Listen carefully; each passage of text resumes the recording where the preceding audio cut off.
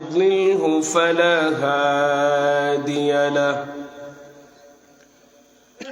ونشهد أن لا إله إلا الله وحده لا شريك له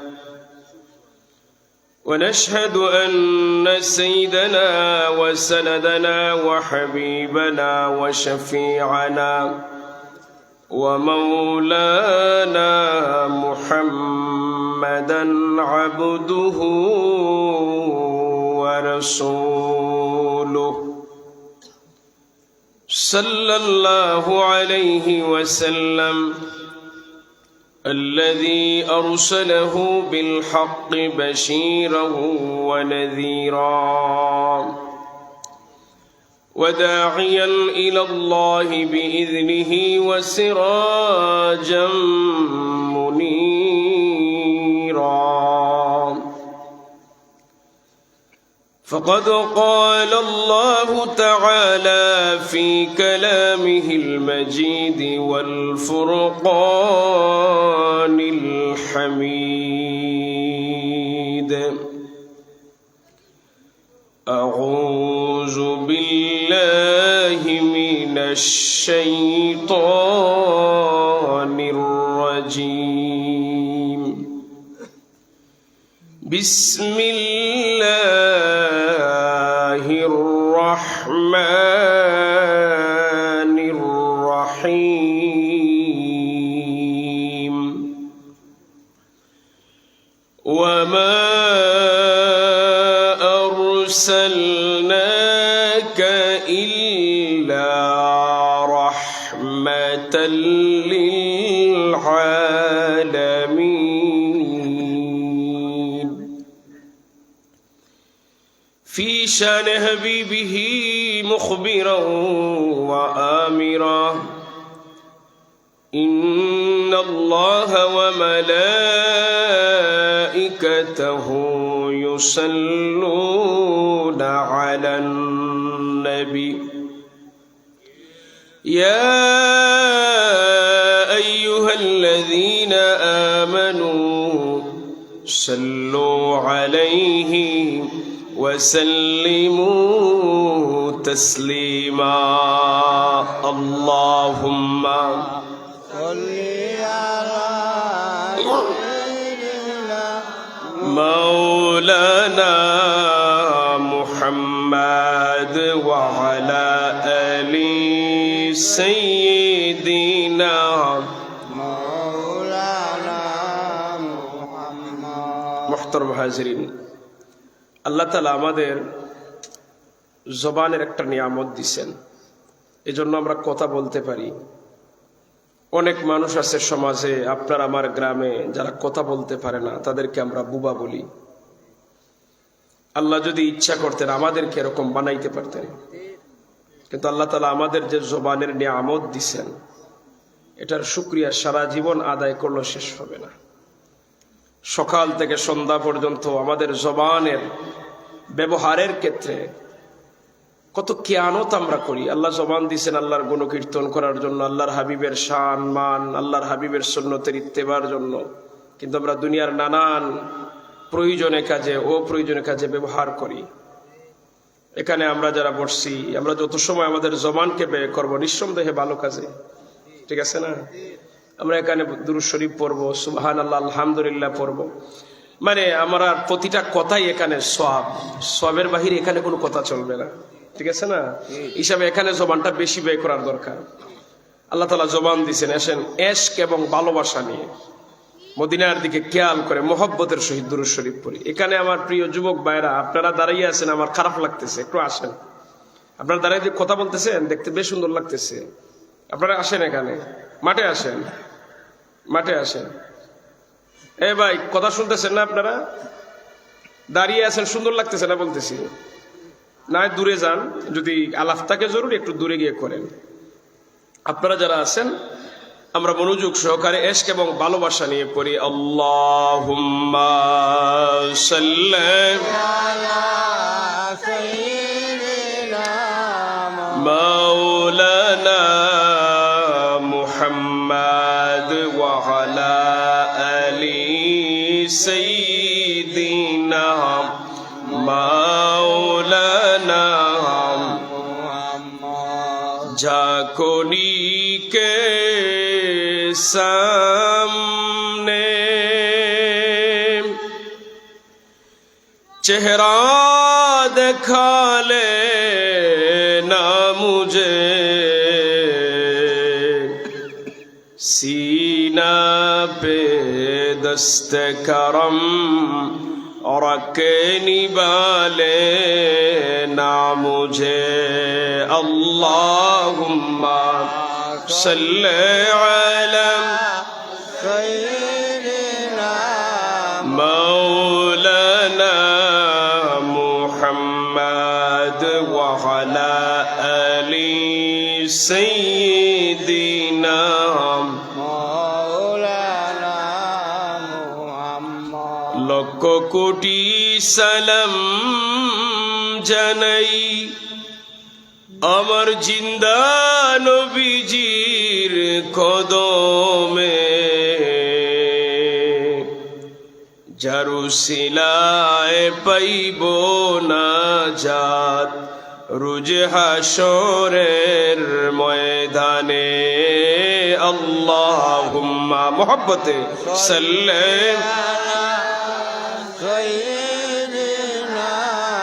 مولانا محمد وعلى آل سيدنا مولانا لا إله لا إله لا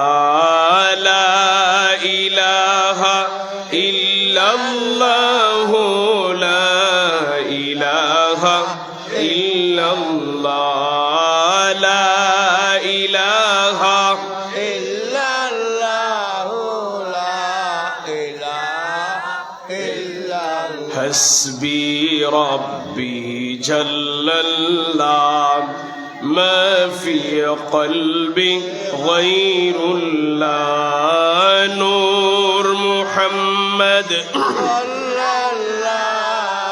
لا إله إلا الله لا إله إلا الله لا إله إلا الله لا إله إلا الله মুহাম্মাদুর রাসূলুল্লাহ সাল্লাল্লাহু আলাইহি ওয়াসাল্লাম। পবিত্র ঈদে মিলাদুন নবী সাল্লাল্লাহু আলাইহি ওয়াসাল্লাম উদযাপন উপলক্ষে পূর্ব গ্রামতলা সুন্নি যুব সমাজের উদ্যোগে চতুর্থ ইসলামী সুন্নি মহাসম্মেলনের সম্মানিত সভাপতি জনাব হাজী আব্দুল জলিল রাজা মিয়া সাহেব, মুতওয়াল্লি হযরত শাহজালাল রহমাতুল্লাহি আলাইহি জামে মসজিদ, সহসভাপতি মাওলানা নুরুল ইসলাম আজিজি সাহেব, আজকের মাহফিলের প্রধান অতিথি হযরত মাওলানা মুফতি নেসার আহমদ সাহেব, আমার পূর্বে আলোচনা করেছেন তাজপুর বাজার কেন্দ্রীয় জামে মসজিদের সম্মানিত ইমাম ও খতিব হযরত মাওলানা হাবিবুর রহমান সিদ্দিকী সাহেব সহ মুআজ্জাজ উলামায়ে কেরাম, উপস্থিত মুরব্বিয়ানে কেরাম, যুবক ভাইয়েরা, স্কুল কলেজ মাদ্রাসার ছাত্র বন্ধুরা, পর্দার নিশি আমার শ্রদ্ধাভাজন সম্মানিতা মা ও বোনেরা, আসুন আমরা প্রথমে মহান আল্লাহ তাআলার দরবারে শুকর আদায় করি যে আল্লাহ তাআলা আজকের এই মুবারক মাহফিলে আমাদেরকে একত্রিত হওয়ার সুযোগ করে দিয়েছেন বলে আলহামদুলিল্লাহ। আলহামদুলিল্লাহ। এই মুহূর্তে আপনার আমার মতো কত মানুষ বিভিন্ন কঠিন রোগে আক্রান্ত হয়ে বিভিন্ন ক্লিনিকে বিভিন্ন হাসপাতালে ভর্তি আছে না নাই? আল্লাহ ইচ্ছা করলে আমাকে আপনাকে রোগী বানিয়ে ডাক্তারের কাছে ক্লিনিকে পাঠাতে পারতেন, কিন্তু আল্লাহ তাআলা আমাদের সকলের প্রতি মেহেরবানি করেছেন, সুস্থ শরীরে এরকম একটি সুন্দর পরিবেশে যে বসার সুযোগ করে দিয়েছেন, খুশি মনে বলি আলহামদুলিল্লাহ।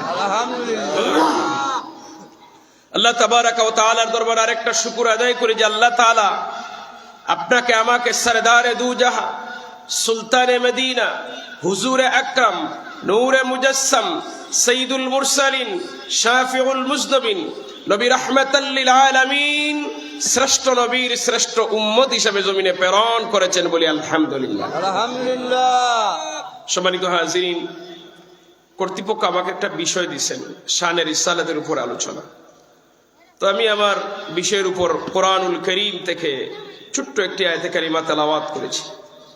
আল্লাহর হাবিবের শান এবং মান তাম পৃথিবীর মানুষ আমরা যদি সারা জীবন বলি, আল্লাহর হাবিবের শান এবং মানের আলোচনা কখনো শেষ হবে না। আমার আল্লাহ তাআলার আলোচনা যেমন শেষ হবে না, কোরআনুল করিমের আলোচনা যেমন শেষ করা যাবে না, ঠিক তদ্রূপ আপনার আমার নবী মুহাম্মদুর রাসূলুল্লাহ সাল্লাল্লাহু আলাইহি ওয়াসাল্লামের শান মান আলোচনা করে শেষ করার মতো নয়। এরপরও কোরআন এবং সুন্নাহ থেকে যতটুকু সম্ভব আল্লাহ তাআলা আমাকে যতটুকু তৌফিক ভিক্ষা দিবেন ততটুকু বলার চেষ্টা করব। আল্লাহ যেন আজকের এই আলোচনার মাধ্যমে আমাদের কলবের মধ্যে নূর পয়দা করেন, সবাই বলি আমিন। আল্লাহ তাআলা আল্লাহর হাবিবের ব্যাপারে বলছেন, ওয়ামা আরসালনাকা ইল্লা রাহমাতাল লিল আলামিন।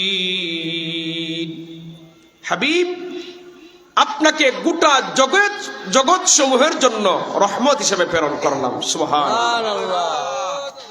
আলামিন শব্দটি বহু বচন, এক বচনে বলা হয় আলম, জগৎ। আলামিন জগৎ সমূহ। এখন জগৎ সমূহর এরিয়াটা কতটুকু, এটার পরিধি কতটুকু আমরা সবাই জানি। রজব মাসে আল্লাহ তাআলা তার প্রিয় নবীকে দাওয়াত দিয়ে মেরাজে নিয়েছে, যা অন্য কোন নবী রাসূলকে আল্লাহ নেন নাই। আদম সাফিউল্লাহ থেকে শুরু করে ঈসা রূহুল্লাহ পর্যন্ত যত নবী রাসূল এসেছেন পৃথিবীতে, কাউকে আল্লাহ তাআলা দাওয়াত দিয়ে উর্দু আকাশে নিয়ে যান নাই।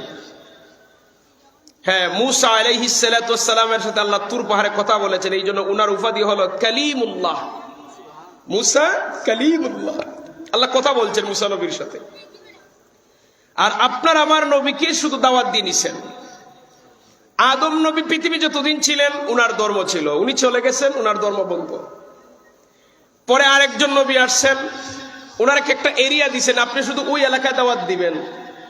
উনার এলাকায় দাওয়াত দিছেন, সীমানা, উনি চলে গেছেন, উনার ধর্ম শেষ। আবার একসাথে আল্লাহ অনেক নবীও পাঠাইছেন। যেমন হযরতে ইয়াকুব আলাইহিস সালাম ছিলেন কেনানের নবী, আর ইয়াকুব নবীর সন্তান ইউসুফ আলাইহিস সালাম ছিলেন মিশরের নবী। একসাথে বাপও নবী, ছেলেও নবী, দুইজন দুই দেশের নবী, দুই নবীর দুই শরীয়ত। সূরের বিচারের ক্ষেত্রে ইউসুফ নবীর বিচার ছিল একরকম, ইয়াকুব নবীর বিচার ছিল আরেক রকম। আল্লাহ তাআলা দুই নবীর দুই শরীয়ত দিয়েছেন, একসাথে বাপ বেটা নবী। আবার দেখেন হযরতে মূসা আলাইহিস সালাতু ওয়াস সালাম বনি ইসরাইলের নবী, আবার উনার শ্বশুর শুআইব আলাইহিস সালাম মাদিয়ান শহরের নবী। দামান শ্বশুর দুই এলাকার দুই জায়গার নবী, দুই শরীয়ত। আল্লাহ তাআলা এইভাবে এক একজন নবী রাসূলকে এক একটা এলাকা, এক একটা গোত্র, এক একটা রাষ্ট্রের জন্য পাঠাইছেন। কিন্তু আপনার আমার নবীকে যখন আল্লাহ পাঠান, নির্ধারিত আর আরবের জন্য না, নির্ধারিত কোন রাষ্ট্রের জন্য না, গোটা জগৎ সমূহের জন্য রহমতের নবী। সুবহানাল্লাহ বলেন। শুধু মুসলমানের জন্য নবী না, মুসলমানের জন্য রহমতের নবী না, কাফেরের জন্য নবী রহমত। না হলে লূত আলাইহিস সালাতু ওয়াস সালামের জামানায় তারা গুনাহ করছে, আল্লাহ ধ্বংস করে দিয়েছেন। যুগে যুগে নবী রাসূলদের উম্মতেরা বেয়াদবি করছে, নবী রাসূলরা বদদুয়া দিয়েছেন, ধ্বংস। কিন্তু এখন পৃথিবীতে কাফের মুশরিক বেঈমানেরা বসবাস করে কিনা? এদেরকে ধ্বংস হয় না কেন? আমার নবী রহমতের উসিলায়। সুবহানাল্লাহ। এ বাচ্চারা, তোমরা কি হইছে? এ ছেলেরা, কথা বলছেন? কোনো সমস্যা? কথা বলিও না, ঠিক আছে? নীরব বসো। আল্লাহ রাব্বুল আলামিন তার প্রিয় নবীকে এই দুনিয়াতে দাওয়াত দেওয়ার শেয়াজিমি নিয়ে গেলেন, উর্দু আকাশে নিয়ে গেলেন। আল্লাহর হাবিব যখন এই দুনিয়া ছেড়ে উর্দু জগতে গেলেন, প্রথম আসমান, দ্বিতীয়, তৃতীয়, চতুর্থ দিয়ে লা জামান লা মাকাম সিদরাতুল মুনতাহা পারি দিয়ে আল্লাহ রাব্বুল আলামিনের দিদার। আল্লাহ তাআলা বুঝাইলেন, ও আমার হাবিব, আল্লাহর নবী যখন উর্দে আকাশে গেলেন, রব্বুল আলামিনের সাথে সাক্ষাৎ করলেন, দিদার লাভ করলেন, আল্লাহ তাআলার সেই আরশে আজিম থেকে শুরু করে সৃষ্টিকুলের মধ্যে যা কিছু আছে তাকে বলা হয় আলামিন। সুবহানাল্লাহ। আল্লাহর সৃষ্টিকুলের মধ্যে যা কিছু আছে সব কিছুকে বলা হয় আলামিন। আল্লাহ হলেন সেই আলামিনের রব, আর আপনার আমার নবী হলেন সেই গোটা আলামিনের জন্য রহমত। সুবহানাল্লাহ। আল্লাহ হলেন রব, আপনার আমার নবী হলেন রহমত। তাহলে আপনার আমার নবী শুধু দুনিয়ার জন্য রহমত নন, শুধু আকাশের জন্য নন, শুধু মানুষের জন্য নন, আল্লাহ তাআলার সৃষ্টিকুলের মধ্যে যা কিছু আছে সবার জন্য রহমতের নবী। সুবহানাল্লাহ। আপনার আমার নবী শেষ নবী, আপনার আমার নবী সর্বশ্রেষ্ঠ নবী। এই জন্য বলা হয় ইমামুল মুরসালিন, সমস্ত রাসূলদের নেতা, খাতামুন নবীন, সর্বশেষ নবী। আপনার আমার নবী পৃথিবীতে এসে নবুয়তের দরজা চিরতরে বন্ধ হয়ে গেছে, কিয়ামত পর্যন্ত আর কেউ নবী দাবি করতে হবে না। সম্মানিত হাজিরিন, ওই নবী পৃথিবীতে আগমন করেছেন এমন একটা মুহূর্তে, এমন একটা সময়ে, যেই সমাজকে বলা হতো আইয়ামে জাহিলিয়াত, অন্ধকারের যুগ, অজ্ঞতার যুগ। সেই অন্ধকার যুগে আপনার আমার নবী আগমন করেছেন মানুষকে দিনের পথে দাওয়াতের জন্য।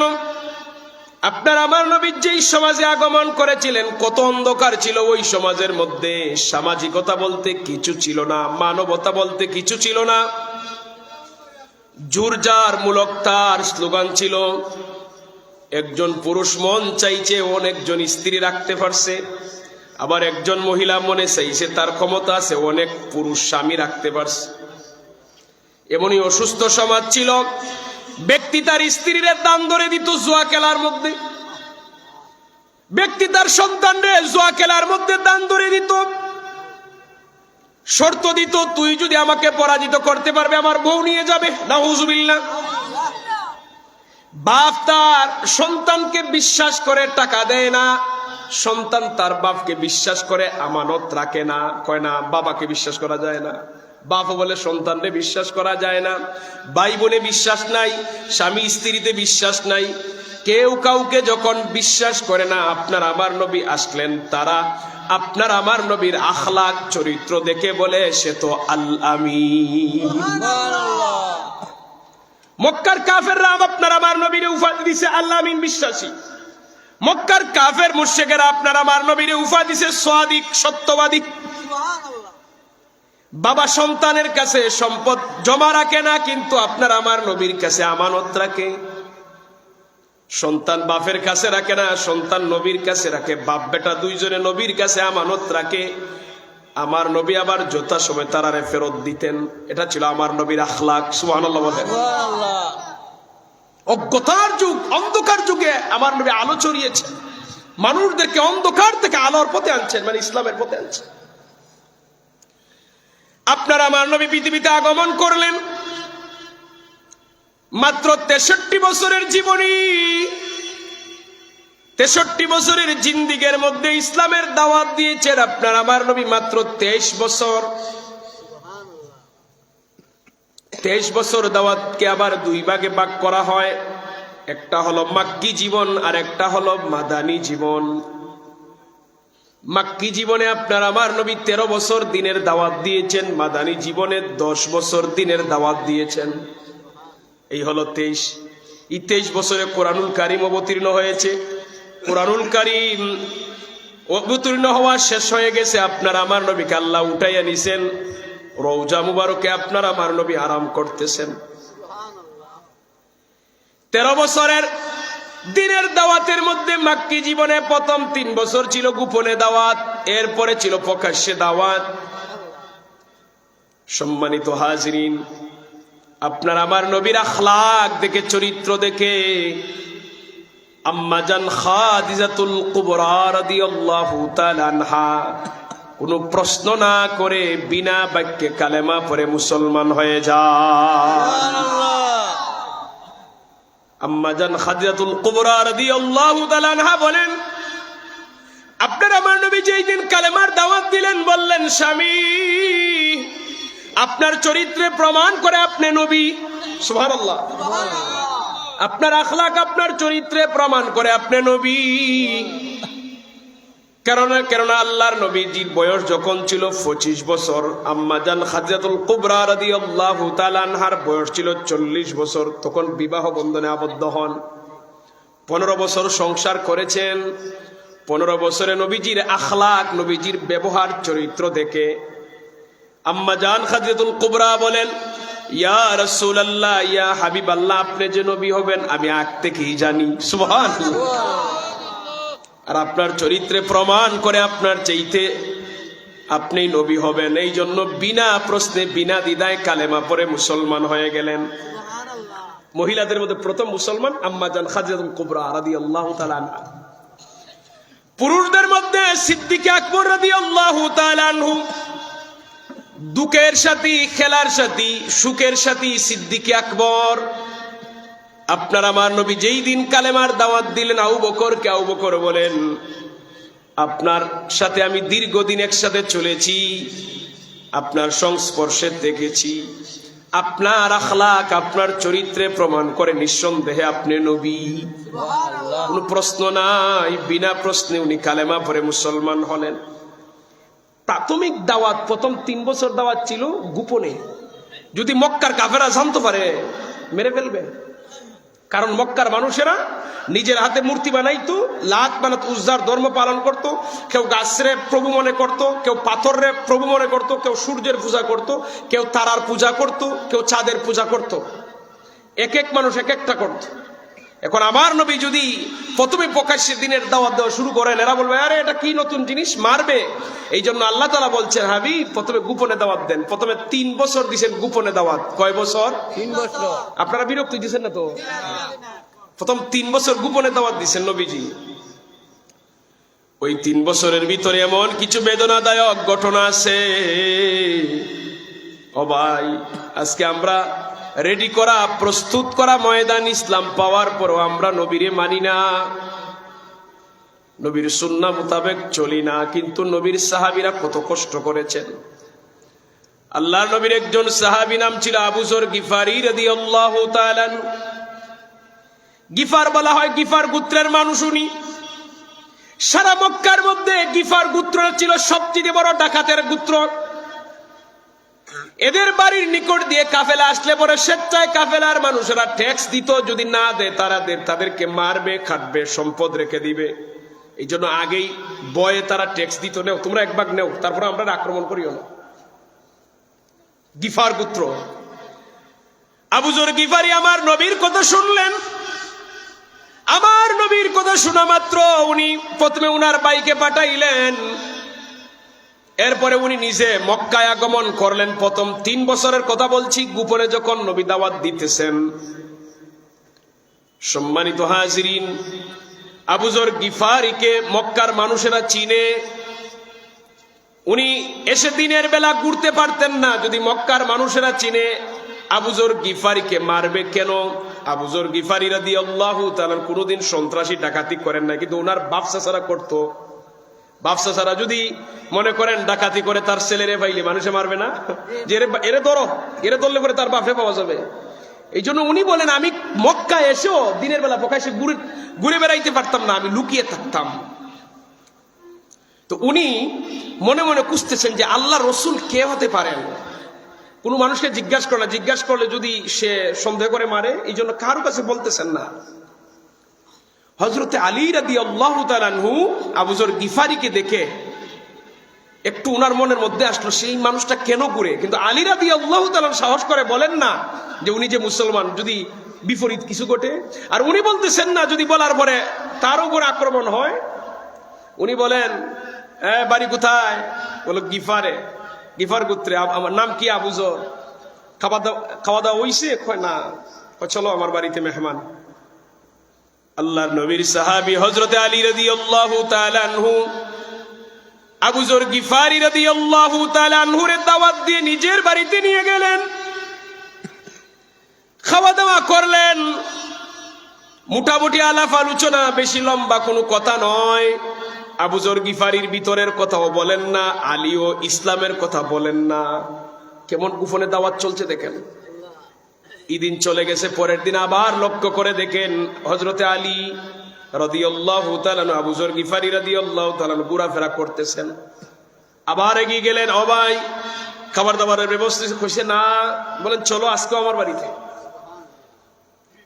দ্বিতীয় দিন গেলেন, খাবার দেওয়া হলো, ভিতরের খবর কেউ কারুর সাথে শেয়ার করে না।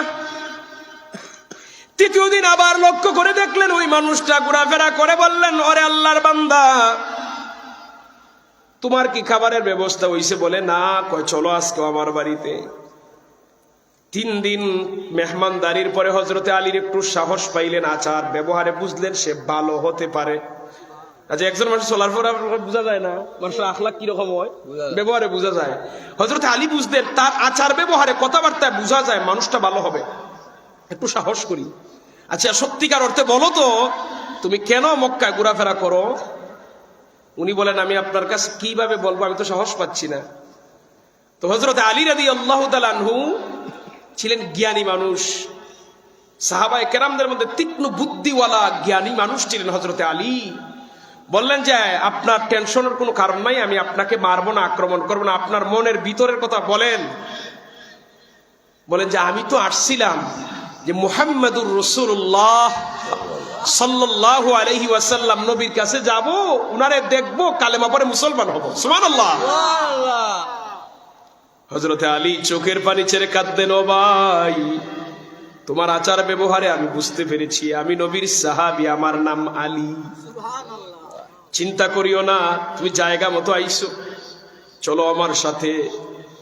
হযরতে আলী রাদিয়াল্লাহু তাআলা আনহু নবীর সাহাবী, হযরতে আবু যর গিফারি রাদিয়াল্লাহু তাআলা আনহু নবীর দরবারে নিয়ে গেলেন। রাহমাতাল লিল আলামিন নবীজির দরবারে নিয়ে যাওয়ার পরে বড় আদবের সহিত বসলেন, নবীর চেহারা মুবারকের দিকে তাকিয়ে রইলেন, নুরানি চেহারা। সাহাবায়ে কেরামেরা খুব বেশি ক্ষুধার্ত লাগলে মাঝে মধ্যে খাবার না পাইলে নবীর চেহারার দিকে তাকিয়ে তাদের ক্ষুধা নিবারণ করতেন। আবু যর গিফারি চেহারার দিকে তাকান, আমার নবী জানতে চান, ও আবু যর কোন জায়গা থেকে আসছো? গিফার থেকে। কালেমা পড়লেন, মুসলমান হলেন। আমার নবী বলেন, আবু যর গিফারি এবার আমার তুমি বলো কয়দিন ধরে মক্কায় অবস্থান করতেছো? হযরতে আবু যর গিফারি বলেন 3 দিন পর্যন্ত সর্বশেষ আলীর সাথে আমার দেখা, আলীর বাড়িতে আমি মেহমানদারি করেছি, তারও 1 মাস আগ থেকে আমি মক্কা নগরীতে অবস্থান করতেছি। আচ্ছা 3 দিন মেহমানদারি করাইছেন হযরতে আলী রাদিয়াল্লাহু তাআলা আনহু, তারও 1 মাস আগ থেকে আবু যর গিফারি মক্কায় অবস্থান করলেন। আচ্ছা 3 দিন আলী রাদিয়াল্লাহু তাআলা আনহু মেহমানদারি করাইছেন, বাকি 1 মাস কিভাবে কাটাইছেন? আমার নবী জানতে চাইলেন, ও আবু যর গিফারি আমারে বলো তুমি 1 মাস কিভাবে কাটাইলে, কোথায় খাইলে, কি খাইলে? আল্লাহর নবীর সাহাবী হযরতে আবু যর গিফারি বলেন, ইয়া রাসূলুল্লাহ, ওগো মায়ার নবী, দিনের বেলা মক্কা নগরীতে ঘুরে বেড়াইতাম পারতাম না, এই জন্য যে কাফেররা দেখলে পরে আমারে মারবে, কেননা আমার বাপ দাদারা আমার বংশের মানুষেরা ডাকাতি করে, আমারে দেখলে মারবে। তাই আমি দিনের বেলা কাবা ঘরের গিলাফের ভিতরে লুকিয়ে থাকতাম, আর রাতের বেলা ঘুরে ঘুরে আপনারে আমি কুস করতাম। সুবহানাল্লাহ বলবেন না? দিনের বেলা কাবা ঘরের গিলাফের ভিতরে লুকিয়ে থাকতেন, রাতের বেলা তো কেউ চিনে না, অন্ধকারে তেমন একটা চিনা যায় না, বলতে রাতের বেলা আমি ঘুরে বেড়াইতাম। আমার নবী প্রশ্ন করলেন, ও আবু যর গিফারি তুমি আমাকে বলো তুমি কি খাবার খেয়ে থাকলে? আবু যর গিফারি বলেন, ইয়া রাসূলুল্লাহ, ওগো মায়ার নবী, দীর্ঘ 1 মাস শুধু জমজমের পানি খেয়ে আমি জীবিত ছিলাম। শুধু জমজমের পানি। পৃথিবীর সবচেয়ে পবিত্র বিশুদ্ধ পানি হলো জমজম। জমজম পানির চাইতে বিশুদ্ধ পানি আর নাই, এটাকে বলা হয় শিফা। সমস্ত খাবারের উৎস জমজম পানিতে আল্লাহ রাখছেন। সুবহানাল্লাহ। যারা আপনার আল্লাহর বাড়িতে গেছেন, প্রাণ ভরে খাইছেন, এর চাইতে স্বাদ আর হতে পারে না। সম্মানিত হাজিরিন, আমার নবী বলেন, আবু যর গিফারি, তুমি চলে যাও তোমার গোত্রে, তাদেরকে বুঝাও, তাদেরকে দাওয়াত দাও, পরবর্তী কোনো এক সময় দেখা করিও। আবু যর গিফারি চলে গেছেন, গিয়ে উনি উনার পুত্রকে দাওয়াত দিতে লাগলেন। এই দিকে দেখেন, আপনার আমার নবী 3 বছর গোপনে দাওয়াত দিলেন, এরপরে প্রকাশ্যে 10 বছর দাওয়াত দিলেন, এরপরে হিজরত করে মদিনায় গেছেন। এখানে 10 থেকে 15 বছর চলে গেছে। আবু যর গিফারি হঠাৎ করে একদিন মদিনায় গেছেন নবীজির সাথে সাক্ষাতের জন্য। অনেক বছর পরে, 10 বছর পরে মানুষের চেহারার পরিবর্তন হয় না? পরিবর্তন হয়ে যায়। উনার অনেক পরিবর্তন। উনি নবীজির সামনে গিয়ে বসছেন, গিয়ে বলেন, ইয়া রাসূলুল্লাহ, আমাকে চিনতে পারছেন? প্রশ্ন করলেন। আল্লাহ নবী বলেন, হ্যাঁ, তোমার নাম আবু যর। সুবহানাল্লাহ। আমি তোমাকে চিনতে পেরেছি।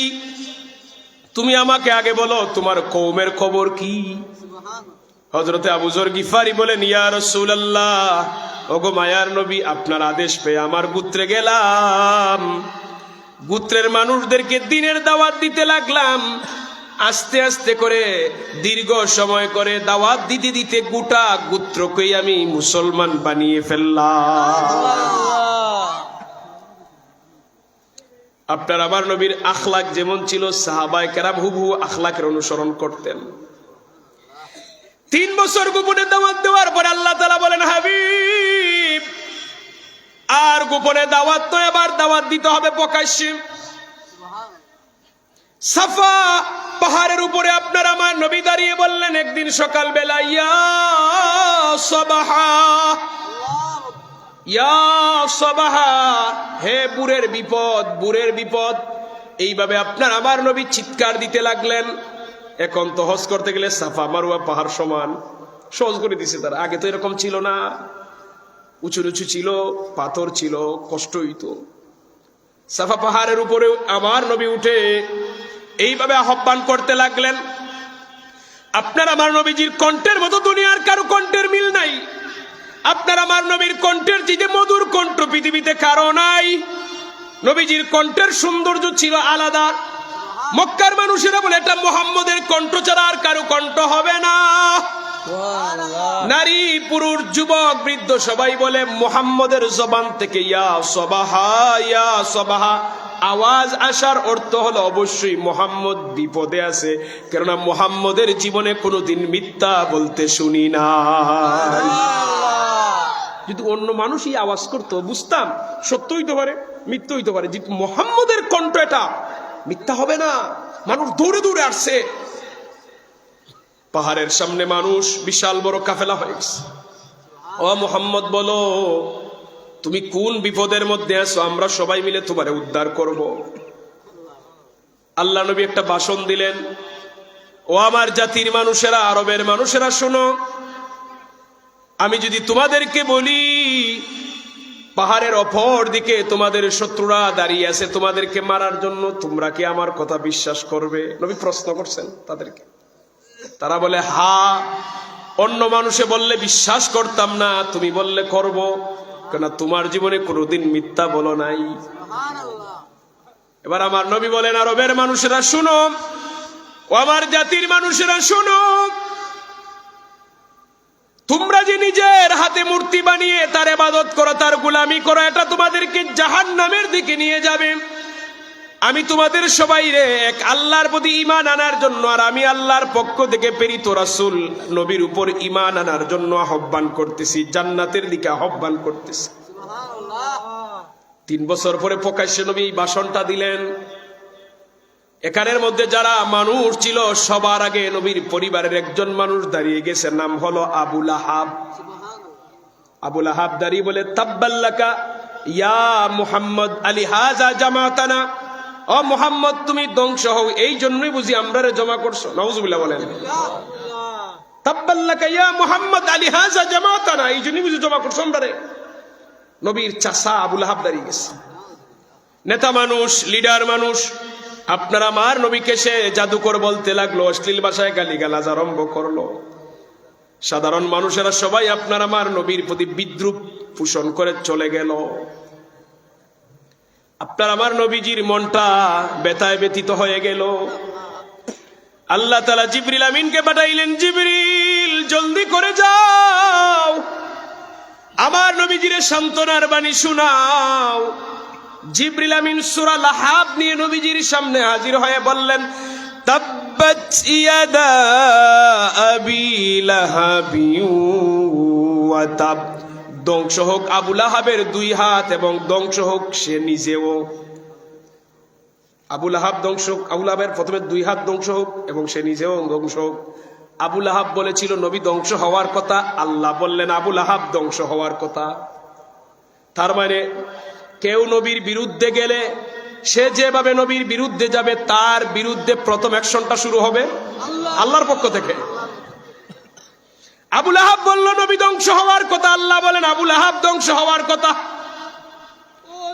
সেই ১৫০০ বছর থেকে শুরু করে এখন পর্যন্ত আমরা আপনি আমি যে সূরা লাহাব পড়ি, আবু লাহাবের উপর বদয়া যায় আর নবীর প্রতি ভালোবাসা প্রকাশ পায়। আল্লাহু আকবার। সূরা লাহাব যে পড়ি এটা আবু লাহাবের প্রতি বদয়া যায়, নবীর প্রতি ভালোবাসা প্রকাশ পায়। আমি বলি আবু লাহাব তুই ধ্বংস হ, কেন বলি? তুই আমার নবীরে ধ্বংস হওয়ার কথা বলছিলে, যার অর্থ হলো ওটা তুই আমার নবী ধ্বংস হওয়ার কথা বলছিলে, এই জন্য তুই ধ্বংস হ, তোর হাত ধ্বংস হোক। সম্মানিত হাজরিন, দীর্ঘ 13 বছর মক্কি জীবনে আপনার আমার নবী দাওয়াত দেওয়ার পরে উম্মতের সংখ্যা দাঁড়ালো মাত্র 120 থেকে 25 জন। 13 বছর দাওয়াত দিয়েছেন নবীজি, উম্মতের সংখ্যা 120 থেকে 25 জন। আল্লাহ তাআলা অর্ডার দিলেন হাবিব হিজরত করেন। নবীজি এবার হিজরত শুরু করলেন, মক্কা থেকে মদিনায় হিজরত করে গেলেন। মাদানী জীবনে 10 বছর দাওয়াত দেওয়ার পরে বিদায় হজের ভাষণের সময় আপনার আমার নবীর সামনে উপস্থিত ছিলেন 100 লক্ষ সাহাবী। সুবহানাল্লাহ।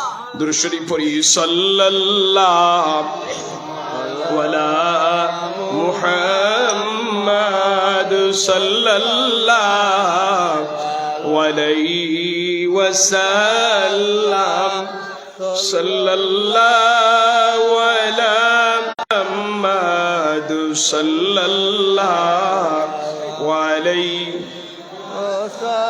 وجب الشكر علينا ما دعا لله داعي صلى الله على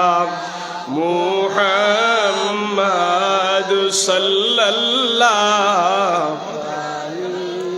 وسلم صلى الله على محمد صلى الله সম্মানিত হাজিরিন, আপনারা বিরক্ত হচ্ছেন না তো? সম্মানিত হাজিরিন, মক্কি জীবনে 13 বছর দাওয়াত দেওয়ার পরে মাদানী জীবনে গিয়ে নবীজি 10 বছর দিনের দাওয়াত দিলেন। বিদায় হজের ভাষণ দেওয়ার সময় 100 লক্ষ সাহাবী নবীজির সামনে উপস্থিত। তাহলে প্রথম 13 বছর এত কষ্ট কেন? যে কোনো জিনিসের শুরুটা বড় কষ্ট হয়, ঠিক না? মাদানী জীবনটা ছিল বিপ্লবী জীবন, মাদানী জীবনটা ছিল রাষ্ট্রীয় দাওয়াতের জীবন, মাদানী জীবনটা ছিল জিহাদের জীবন। দ্রুত গতিতে বিশ্বময় ইসলাম ছড়িয়ে পড়েছে। দলে দলে মানুষেরা নবীজির আখলাক দেখে, চরিত্র দেখে কালেমা পড়ে মুসলমান হয়েছে। সুবহানাল্লাহ। দুরূদ শরীফ পড়ে আল্লাহুম্মা সাল্লি মাওলানা মুহাম্মাদ ওয়া আলা সাইয়্যিদিনা মাওলানা। আপনারা মানুষ একবারে কম না, মোটামুটি যারা আছেন আমি খুশি। একটু জবানটা খুলে মোহব্বত দিয়ে পড়ি আল্লাহুম্মা সাল্লি আলা সাইয়্যিদিনা মাওলানা ওয়া আলা আলি সাইয়্যিদিনা মাওলানা মুহাম্মদ। এমন নবীজির উম্মত তোমরা যেই নবীর নাই তুলনা, যার উপরে পড়েন দুরূদ স্বয়ং আল্লাহ রব্বানা। আল্লাহুম্মা মুহাব্বতে সাল্লি আলা সাইয়্যিদিনা মাওলানা মুহাম্মদ ওয়া আলা আলি সাইয়্যিদিনা মাওলানা। সম্মানিত হাজিরিন, মাদানী জীবনে 10 বছর নবীজি দাওয়াত দিছেন। 10 বছর দাওয়াত দেওয়ার ফলে বিপ্লব হয়ে গেল, বিশ্বময় ইসলামের দাওয়াত ছড়িয়ে পড়ল। বিদায় হজের সময় 1.25 লক্ষ সাহাবী নবীজির সামনে উপস্থিত ছিলেন। আল্লাহর হাবিবের শান মান আলোচনা করে কখনো শেষ করা যাবে না। একজন মানুষের অন্তরে যদি নবীর প্রেম থাকে, একজন মানুষের অন্তরে যদি নবীর প্রতি মহব্বত থাকে, সে প্রতিটা জায়গায় নবীর প্রেম, নবীর মহব্বত, নবীর ভালোবাসা খুঁজবে। আর যার অন্তরে বিদ্বেষ থাকবে সে নবীর প্রশংসা খুঁজে পাবে না। এটা স্বাভাবিক বিষয়। আপনার যার প্রতি আপনার ভালোবাসা আছে, মহব্বত আছে, তার অনেক গুণাগুণ আপনার মাঝে ভালো লাগবে, ভালো জানা থাকবে। তো আপনার আমার নবীকে যারা হৃদয় দিয়ে ভালোবাসে, অন্তর থেকে মহব্বত করে, সে নবীর প্রশংসা যেই দিকে যাবে নবীর প্রশংসা খুঁজে পাবে। নবীর আখলাকের দিকে, চরিত্রের দিকে, কথাবার্তার দিকে। আমার নবীজির চেহারা দেখে কত কাফের মুসলমান হয়েছে, আমার নবীজির ব্যবহার দেখে মুসলমান হয়েছে, আমার নবীর আমানতদারিতা দেখে মুসলমান হয়েছে, আমার নবীর সত্যবাদী দেখে অনেক কাফের মুসলমান হয়েছে। সম্মানিত হাজিরিন, আমি একটি ব্যতিক্রমী একটা জিনিস আপনাদেরকে শোনাই নবীজির শানের উপর। আমরা যে কোরআনুল কারীম পড়ি, আমরা যখন মক্তবে যাই প্রথমে আমরা কায়দা পড়ি না? তারপরে সিফারা, তারপরে কোরআন শরীফ। গোটা কোরআন শরীফ 30 পারা, এত বড় কোরআন। সমস্ত কোরআনে অক্ষর মাত্র 29টা। ওই 29টা অক্ষরই বারবার ঘুরে ফিরে আসছে। এই অক্ষরগুলা দিয়ে শব্দ তৈরি, বাক্য তৈরি, গোটা 30 পারা। আরবি 29টা হরফ, আলিফ থেকে ইয়া পর্যন্ত যে হরফগুলি আছে, প্রতিটি শব্দ দিয়ে কেউ যদি চায় যে আল্লাহর শান গাইবে, পারবে। এটা অস্বাভাবিক কিছু না। আল্লাহ তাআলার এত প্রশংসা, এত শান আছে। কেউ যদি চায় যে এই অক্ষরগুলি দিয়ে আপনার আমার নবীর শান তৈরি করবে, সেটা পারবে। এটা শুধু ভালোবাসার দরকার, মহব্বতের দরকার, এটা চেষ্টার দরকার। আজকে যেহেতু শানের রিসালাতের আলোচনা, রাসূলুল্লাহর শান এবং মান, আমি নিজের হাতে লিখেছি আল্লাহর হাবিবের শানে 29টি হরফ দিয়ে 29টি শান তৈরি করেছি। একটু শোনার চেষ্টা করব, তারপরে সংক্ষিপ্ত একটু ব্যাখ্যা দিব আপনাদেরকে। বিরক্ত হবেন না তো ইনশাআল্লাহ? কোন আশিকে রাসূল যদি চায় নবীর প্রশংসা করবে, রাসূলুল্লাহর গুণকীর্তন করবে, আলিফ দিয়ে যদি নবীর প্রশংসা করতে চায় তাহলে আলিফ দিয়ে হয় আহমদ। আহমদ শব্দের অর্থ হলো অধিক প্রশংসাকারী। এই পৃথিবীর বুকে যারাই আল্লাহ তাআলার প্রশংসা করে, আমার নবীর চাইতে বেশি প্রশংসা কেউ করতে পারবে না। সুবহানাল্লাহ। বা দিয়ে যদি নবীর গুণগান গাইতে চায়, বা দিয়ে হয় বাশীর, সুসংবাদদাতা। আপনার আমার নবী এই পৃথিবীতে আগমন করে উম্মতে মুহাম্মদীদেরকে সুসংবাদ দিয়েছেন, হে আমার উম্মতেরা, তোমরা যদি আল্লাহর বিধান মানো, আমি নবীর তরিকা মোতাবেক চলো, তাহলে তোমরা জান্নাতের সুসংবাদ গ্রহণ করো। তা দিয়ে যদি কেউ নবীর প্রশংসা করতে চায়, তা দিয়ে হয় তাকি, মানে মুত্তাকি, ফরহেজগার। এই পৃথিবীর বুকে আপনার আমার নবীর চেয়ে বড় ফরহেজগার মুত্তাকি আর কেউ নাই। কিয়ামত পর্যন্ত যত বড় মুত্তাকি আসুক না কেন, আপনার আমার নবীর সমান হবে না। আপনার আমার নবী কেমন মুত্তাকি ছিলেন? রাতের বেলা নামাজে দাঁড়াইতেন। আমাদের আম্মা জান আয়েশা সিদ্দিকা রাদিয়াল্লাহু তাআলা আনহা বলেন, আমি লক্ষ্য করে দেখলাম নবীজি দীর্ঘ সময় দাঁড়িয়ে দাঁড়িয়ে নামাজ পড়ার কারণে অনেক সময় পা মুবারকটা ফুলে যাইত। কত লম্বা রুকু। মাঝে মধ্যে আপনার আমার নবী সূরা বাকারা তেলাওয়াত করতেন এক রাকাতে। কখনো সূরা বাকারা শেষ করে আলে ইমরান, সূরা নিসা লম্বা তেলাওয়াত করতেন। ঘন্টার পর ঘন্টা দাঁড়িয়ে তেলাওয়াত করতেন। আম্মাজান বলেন তেলাওয়াত করে শুধু কান্ত নন আপনার আমার নবী, যত সময় তেলাওয়াত করতেন আপনার আমার নবী রুকুতে গিয়ে তত সময় কাটাইতেন। যত সময় রুকুর মধ্যে থাকতেন তত সময় সেজদার মধ্যে থাকতেন। সম্মানিত হাজিরিন, আম্মাজান বলেন ইয়া রাসূলুল্লাহ, আপনার তো কোনো গুনাহ নাই, আপনি পবিত্র। সমস্ত নবী রাসূলগণ নিষ্পাপ মাসুম, নবীদের কোনো ভুল নাই, গুনাহ নাই, ত্রুটি নাই। তাহলে আপনি কেন এত কষ্ট করতেছেন, এত ইবাদত করতেছেন? আপনার আমার নবী জবাব দিয়েছিলেন আফালা আকুনু আবদান শাকুরা। সুবহানাল্লাহ। ওরে আয়েশা, আমি কি আল্লাহর কৃতজ্ঞ বান্দা হব না? আমি কি আল্লাহ তাআলার কৃতজ্ঞ আদায়কারী বান্দা হব না? আমি যত ইবাদত করব আল্লাহর কৃতজ্ঞ বান্দা হিসেবে সাব্যস্ত হব, আমি আল্লাহর শুকরিয়া আদায় করতেছি। সুবহানাল্লাহ। আপনার আমার নবী, আমরা তো সেজদার মধ্যে গিয়ে তাসবিহ পড়ি সুবহান রাব্বিয়াল আ'লা, সুবহান রাব্বিয়াল আ'লা, একটা তাসবিহ পড়ি তাও আমাদের শুদ্ধ হয় না অনেক সময়।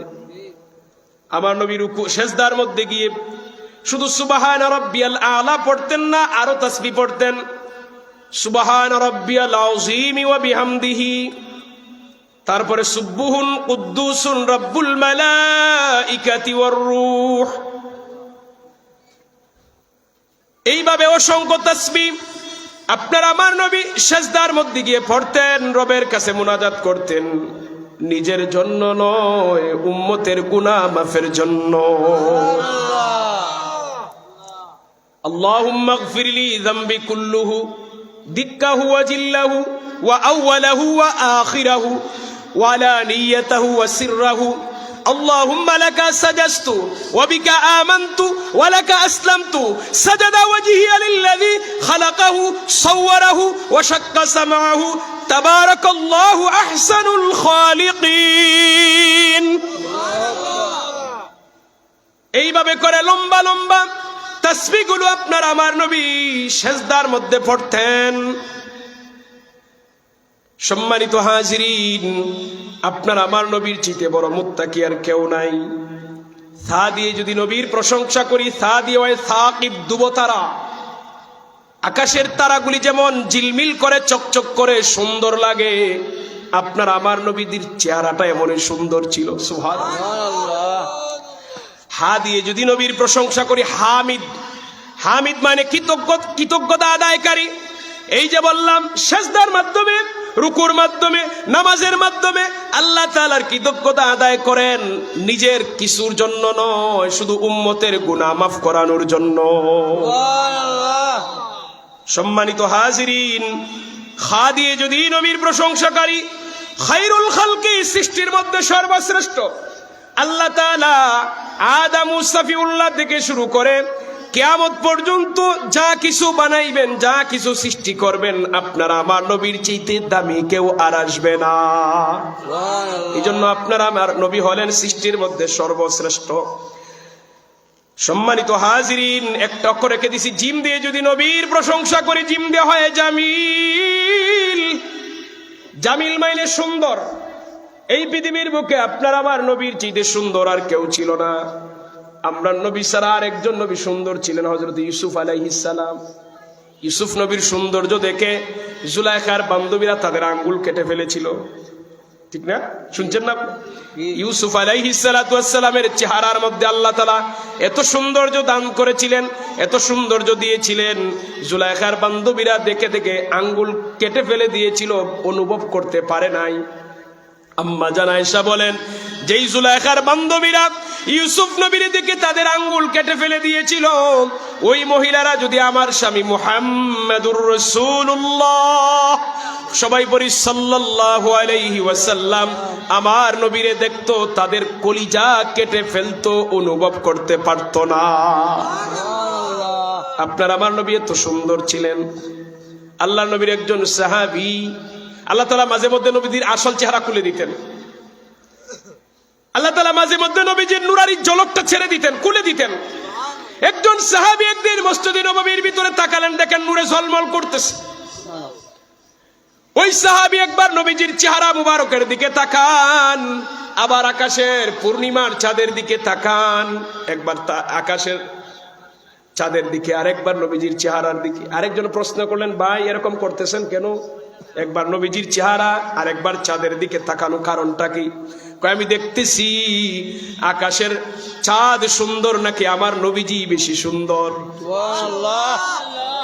ওই ব্যক্তি জানতে চায়, তোমার কাছে কি মনে হয়? সাহাবী জবাব দিলেন, ও আমার ভাই, আকাশের চাঁদের মধ্যে দেখা যায় মাঝে মধ্যে দুই একটি দাগ দেখা যায়, কিন্তু নবীজির চেহারার মধ্যে কোনো দাগ নাই। আপনার আমার নবী ছিলেন সুন্দর, আপনার আমার নবীর চাইতে অধিক সুন্দর আর পৃথিবীতে কেউ ছিল না। দাল দিয়ে যদি নবীর প্রশংসা করি, দাঈলাল্লাহ, আল্লাহর পথে আহ্বানকারী, আল্লাহর আপনার আমার নবী এই দুনিয়ার দেশি মানুষদেরকে দিনের দাওয়াত দিয়েছেন।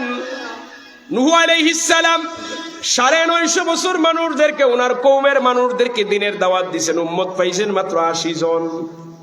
আর আপনার আমার নবী মাত্র 23 বছর দাওয়াত দেওয়ার ফলে বিদায় হজের ভাষণের সময় ছিল 1.25 লক্ষ সাহাবী। তাই আপনার আমার নবী হলেন পৃথিবীর সবচেয়ে বড় দাঈ ইলাল্লাহ, আল্লাহর পথে আহ্বানকারী। আবু জেহেল রে আপনার আমার নবী কতবার দাওয়াত দিয়েছেন দেখেন। আবু জেহেল রে রাস্তায় পাইলে নবী কালেমার দাওয়াত দিতেন, আবু জেহেল গালি দিত, আবু জেহেল মারতো।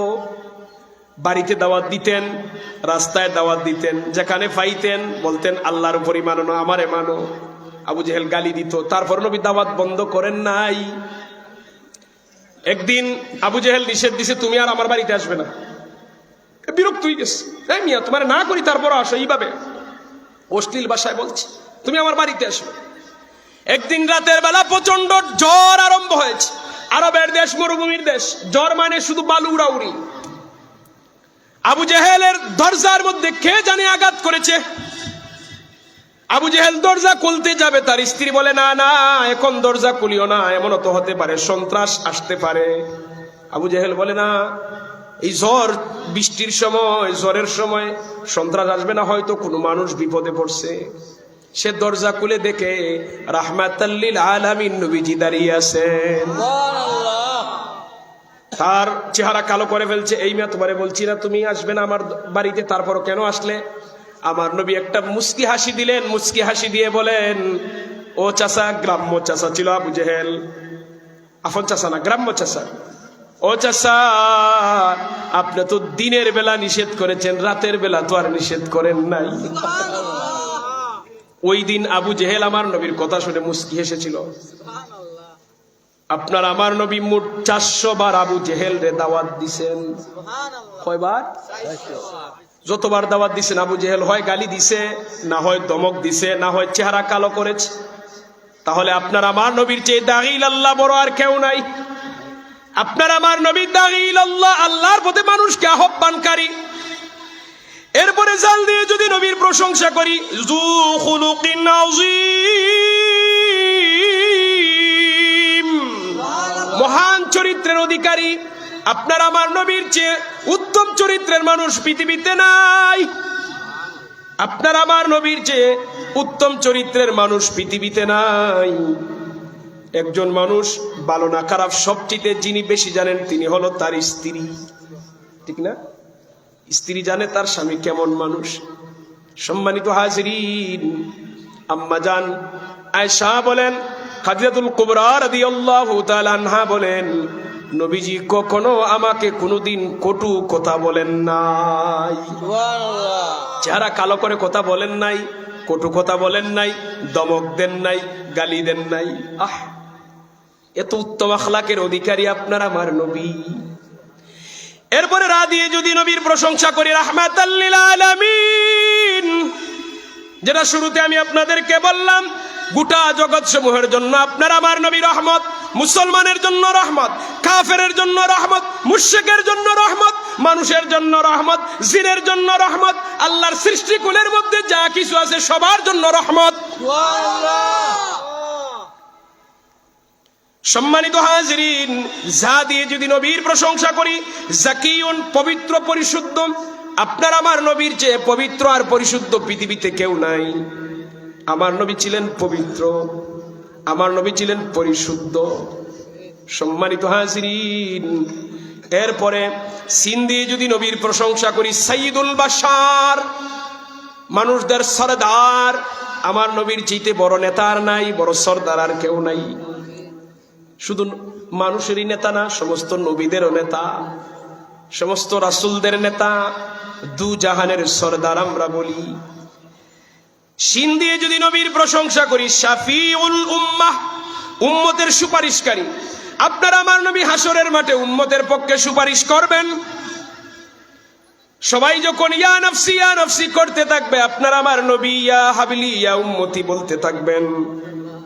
সম্মানিত হাজিরিন, নবী সর্বপ্রথম সুপারিশ করবেন, আপনার আমার নবীর সুপারিশই গ্রহণ করা হবে।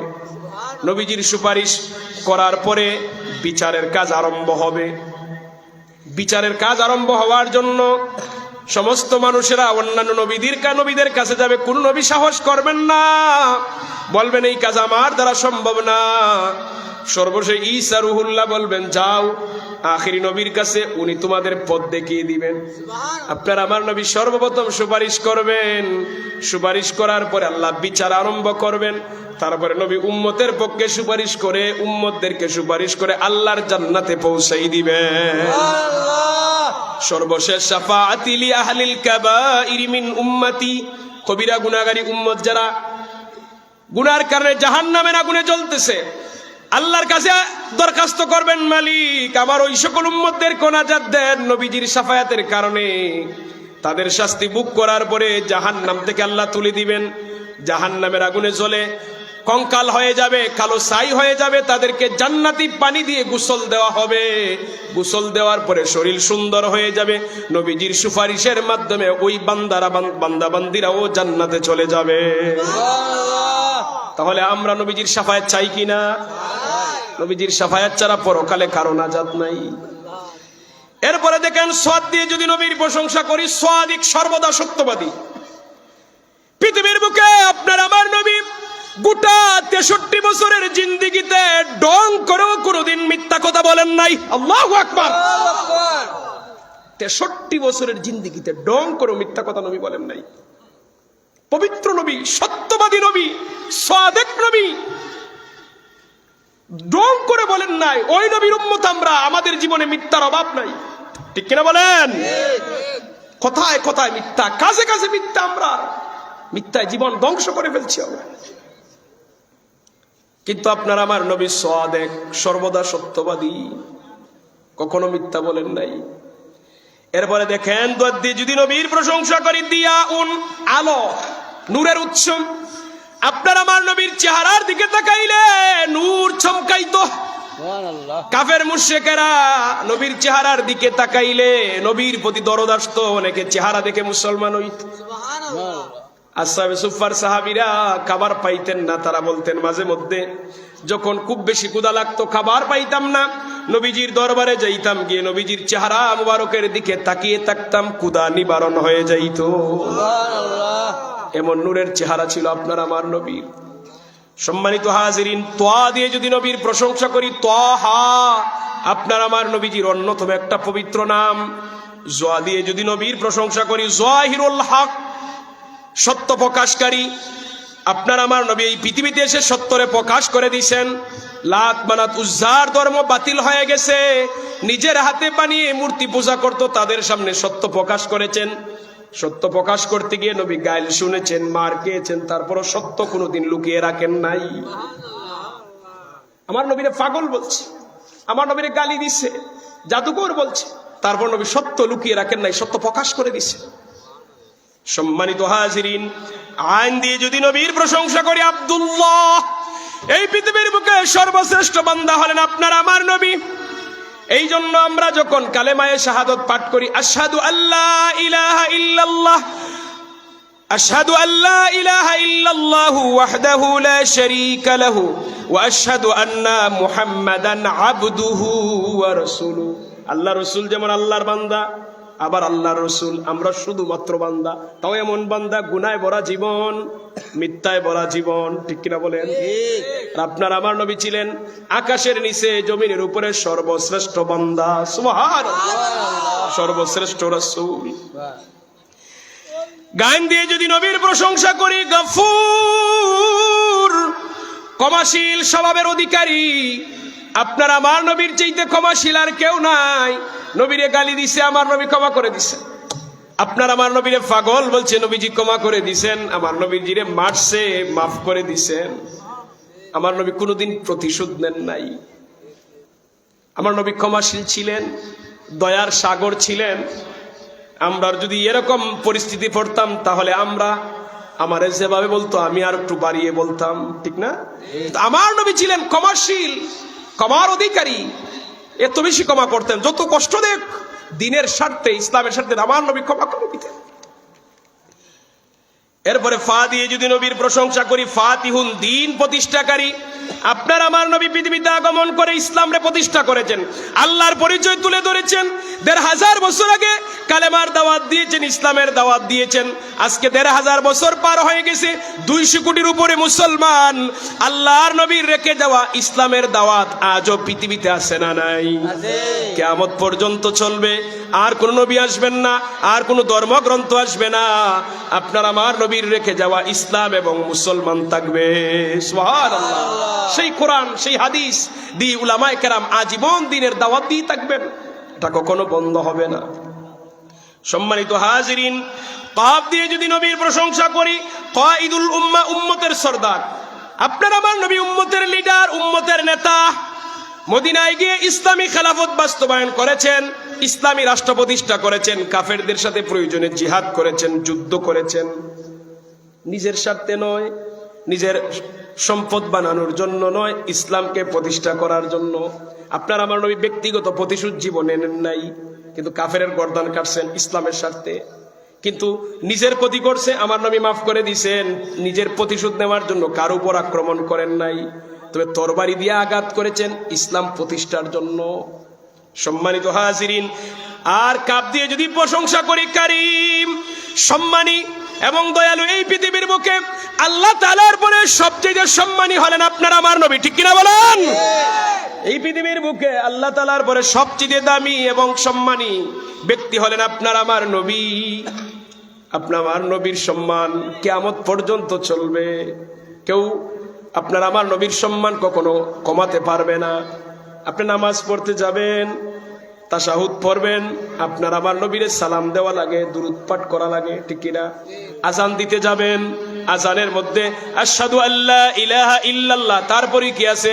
আশহাদু আন্না মুহাম্মাদার রাসূলুল্লাহ, আছে না নাই? আকামত দিতে যাবেন, যেমন আল্লাহর নাম আছে, আল্লাহর রাসূলের নাম আছে।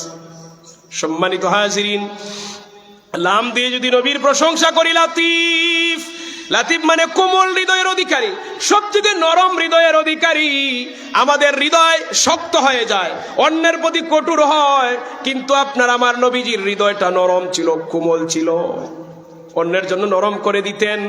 সম্মানিত হাজিরিন, মিম দিয়ে যদি প্রশংসা করে, মিম দিয়ে হয় মুহাম্মদ, মিম দিয়ে মাহমুদ, মিম দিয়ে মুস্তাফা সাল্লাল্লাহু আলাইহি ওয়াসাল্লাম। মুহাম্মদ অর্থ অধিক প্রশংসিত। এই পৃথিবীর বুকে আল্লাহ তাআলার পরে সবচেয়ে বেশি প্রশংসা করা হয় আপনার আমার নবীর। আপনার আমার নবীর এত বেশি প্রশংসা পৃথিবীতে চলে, আর কারো নাম এতবার উচ্চারণই করা হয় না। সুবহানাল্লাহ। নুন দিয়ে যদি নবীর প্রশংসা করি, নবীউর রাহমা, রহমতের নবী। রহমতের নবী কেমন রহমত? আপনার আমার নবী যখন কোন পানির পেয়ালায় হাত দিতেন, পানির মধ্যে আল্লাহ বরকত দিতেন। দুধের পেয়ালায় হাত দিতেন, দুধের মধ্যে বরকত দিতেন। গাছের ফসলে হাত দিতেন, ফসলে বরকত দিতেন। আসহাবে সুফফার সাহাবায়ে কেরামরা ছিল 70-এর অধিক, কোন সময় কমতো, কোন সময় বাড়তো। দরিদ্র সাহাবীরা মদিনার পাশে একটা ঘরে থাকতেন, এদেরকে বলা হয় আসহাবে সুফফা। দরিদ্র সাহাবীরা থাকতেন এখানে। তো আসহাবে সুফফার একজন ছিলেন, নাম ছিল আবু হুরায়রা। এই সাহাবীর নাম শুনছি না আমরা? ওনার নাম আব্দুর রহমান ছিল। আমার নবী মহব্বত করে ডাকছিলেন। ওনার এই চাদর গায়ে দিয়ে নবীজির সামনে আসছিলেন, তো চাদরের ভিতর থেকে হঠাৎ করে বিড়াল লাফ দিয়ে পড়ছে নবীর সামনে একই। তো আমার নবী মুস্কি হাসি দিয়ে বলেন, ইয়া আবা হুরায়রা, হে বিড়াল চানার পিতা। মানে মানুষের বাচ্চারা যেভাবে কুলে নেয়, তুমি ওইভাবে বিড়ালকে কুলে নিছো, তুমি বিড়ালের বাপ। আমার নবী আদর করে ডাকতেন ইয়া আবাহির, মানে সংক্ষেপে, মানে আমার আবু হুরায়রা ডাকতেন। এরপর থেকে ওই সাহাবী বলেন নবীজির জবান থেকে নামটা আসছে বরকতের জন্য আবু হুরায়রা রাখছেন, বিড়ালের বাফি রাখছেন উনি। আমরা বিড়ালের বাফ হিসেবে চিনি আবু হুরায়রা। তো উনি বলতেছেন একাধারে আমি একবার 3 দিন যাবত ক্ষুধার্ত, কোনো খাবার নাই। নবীর সাহাবী যিনি সবচেয়ে হাদিস বেশি বর্ণনা করেছেন আবু হুরায়রা, উনি বলতেছেন ক্ষুধার যন্ত্রণায় কখনো পাথর বাঁধি, ভালো লাগে না, শুয়ে পড়ি, নামাজে দাঁড়াইলে ঠিক মতো রুকু সেজদা করতে পারে না ক্ষুধার যন্ত্রণায়। উনি প্রথমে গেছেন সিদ্দিক আকবরের কাছে, কোরআন তেলাওয়াত করেছেন এজন্য যে যাতে আবু বকর বুঝেন উনার খাবারের প্রয়োজন, কিন্তু উনি বুঝেন নাই। গেছেন হযরত উমর রাদিয়াল্লাহু তাআলা আনহুর কাছে, তেলাওয়াত করলেন, উনি বুঝেন নাই। সর্বশেষে মসজিদে নববীতে নামাজ আদায় করে প্রথম গেইটে দাঁড়িয়ে রইলেন, প্রধান গেইটে দাঁড়িয়ে রইলেন। নবীর সাহাবীরা উনারে দেখে দেখে যায়, উনি সালাম দেয়, উনার ইচ্ছা হলো কেউ যেন আমারে দাওয়াত দিয়ে তার বাড়িতে নিয়ে যায়। সবাই চলে গেছেন, কেউ নিলেন না। তবে আবু হুরায়রা বলেন আমার ভাইদের চেহারায় প্রমাণ করে আসলে তাদের বাড়িতে খাবারের ব্যবস্থা নাই, থাকলে অবশ্যই তারা নিত। সবাই যখন চলে গেছেন আবু হুরায়রা বলেন আমি মসজিদে নববীর প্রধান গেইটে শুয়ে পড়লাম। সবার শেষে রাহমাতাল লিল আলামিন নবীজি বের হচ্ছেন। নবীজি বের হয়ে আবু হুরায়রা বলেন নবীজির হাত মুবারকটা আমার কপালের মধ্যে দিলেন, দিয়ে বলেন আবু হুরায়রা আমার মনে হয় তুমি ক্ষুধার্ত, তোমার খাবারের প্রয়োজন। আবু হুরায়রা বলেন ইয়া রাসূলুল্লাহ, হ্যাঁ আমার খাবারের প্রয়োজন, আমি বড় ক্ষুধার্ত।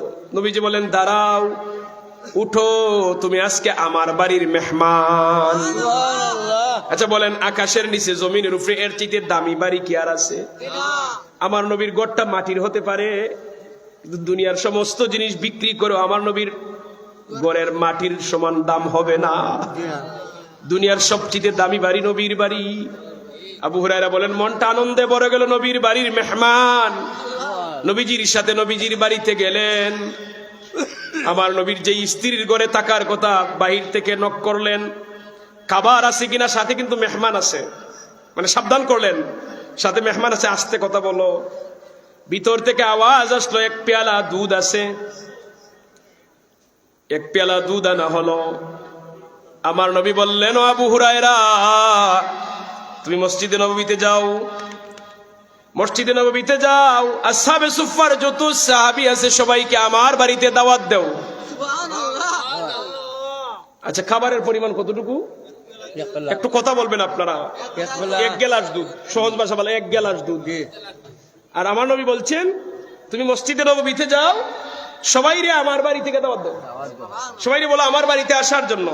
এটা কোনো কিচ্ছা না, এটা বুখারী শরীফের হাদিস। আল্লাহ নবী বলছিলেন ইযহাব ইলা আহলি সুফফা ফাদউহুম লি, সবাইকে বলো তারা যেন আমার বাড়িতে আয়। সুবহানাল্লাহ। তারা বাড়িতে গেছেন, নবীর সাহাবায়ে কেরাম দাওয়াত পেয়ে বাড়িতে গেলেন। আবু হুরায়রা বলেন আমার মনের মধ্যে একটু খটকা বেজে গেল, মাত্র 1 পেয়ালা দুধ, 3 দিনের ক্ষুধার্ত আমি, আমারই তো হবে না। কোন নবী সবাইরে দাওয়াত দিছেন। আমার নবী বলেন আবু হুরায়রা তুমি তারারে দাওয়াত দিছো, তুমি মেজবান, তারা হলো তোমার মেহমান। সুবহানাল্লাহ বলেন। আগে মেহমানদেরকে পান করাও, তারপরে তুমি পান করবে। আবু হুরায়রা বলেন রাসূলুল্লাহ যদি বলতেন প্রথমে পান করার জন্য একটু সুযোগ পাইতাম, কারণ আমার নবী বলতেছেন তুমি মেজবান, তারা মেহমান, আগে তাদেরকে পান করাও। আবু হুরায়রা বলেন মনে মনে ভাবছি হয়তো দুধ আমার ভাগ্যে আর জুটবে না। আল্লাহ নবীজির বরকতি হাত মুবারক দ্বারা পেয়ালাটা হাতে নিলেন, বিসমিল্লাহ বলে আবু হুরায়রার হাতে দিলেন। আবু হুরায়রা নেও, সবাইরে পান করাও। আবু হুরায়রা রাদিয়াল্লাহু তাআলা হাতের মধ্যে পেয়ালাটা নিয়ে একজন একজন করে ধারাবাহিকভাবে পান করাইতে লাগলেন। আবু হুরায়রা বলেন নবীর সাহাবীরা দুধ পান করে, আমি শুধু গ্লাসের দিকে তাকাই, দুধটা কোন পর্যায়ে আছে, আমার জন্য তাকে কিনা। আবু হুরায়রা বলেন নবীর আসহাবে সুফফার 70-এর অধিক সাহাবীরা এক এক করে সবাই দুধ পান করলেন। দুধ পান করার পরে আমি পেয়ালার দিকে তাকিয়ে দেখলাম দুধটা প্রথম যেমন ছিল এখন তেমনই আছে। এই বরকত কার উসিলায়? নবীজির উসিলায়। বলেন কার উসিলায়? নবীউর রাহমা, রহমতের নবী, রহমতের নবী। পেয়ালায় হাত দিছেন, দুধের পেয়ালায় হাত দিছেন, দুধে বরকত আল্লাহ দিয়ে দিছেন। 70 জনের অধিক তৃপ্তি শহরে খাওয়ার পরে পেয়ালার দুধ যেমন আছে তেমনই। আমার নবী বলেন, আবু হুরায়রা এবার তুমি পান করো। ইশরাব ইয়া আবাহির, হে আবু হুরায়রা তুমি পান করো, তোমার সিরিয়াল আইছে। আবু হুরায়রা রাদিয়াল্লাহু তাআলা তৃপ্তি সহকারে দুধ পান করলেন। আমার নবী বলেন, আবু হুরায়রা তুমি আরো পান করো, তুমি বেশি দিনের ক্ষুধার্ত। আবু হুরায়রা বলেন, ইয়া রাসূলুল্লাহ ওয়াল্লাযী বা'সাকা বিল হাক্কি মা আজিদু লাহু মাসলাকা, আপনাকে যিনি সত্য নবী হিসাবে এই পৃথিবীতে পাঠিয়েছেন তার কসমকে বলি গো নবী, আমি এত বেশি দুধ পান করেছি, আমার ভিতরে দুধ যাওয়ার আর কোনো জায়গা নাই।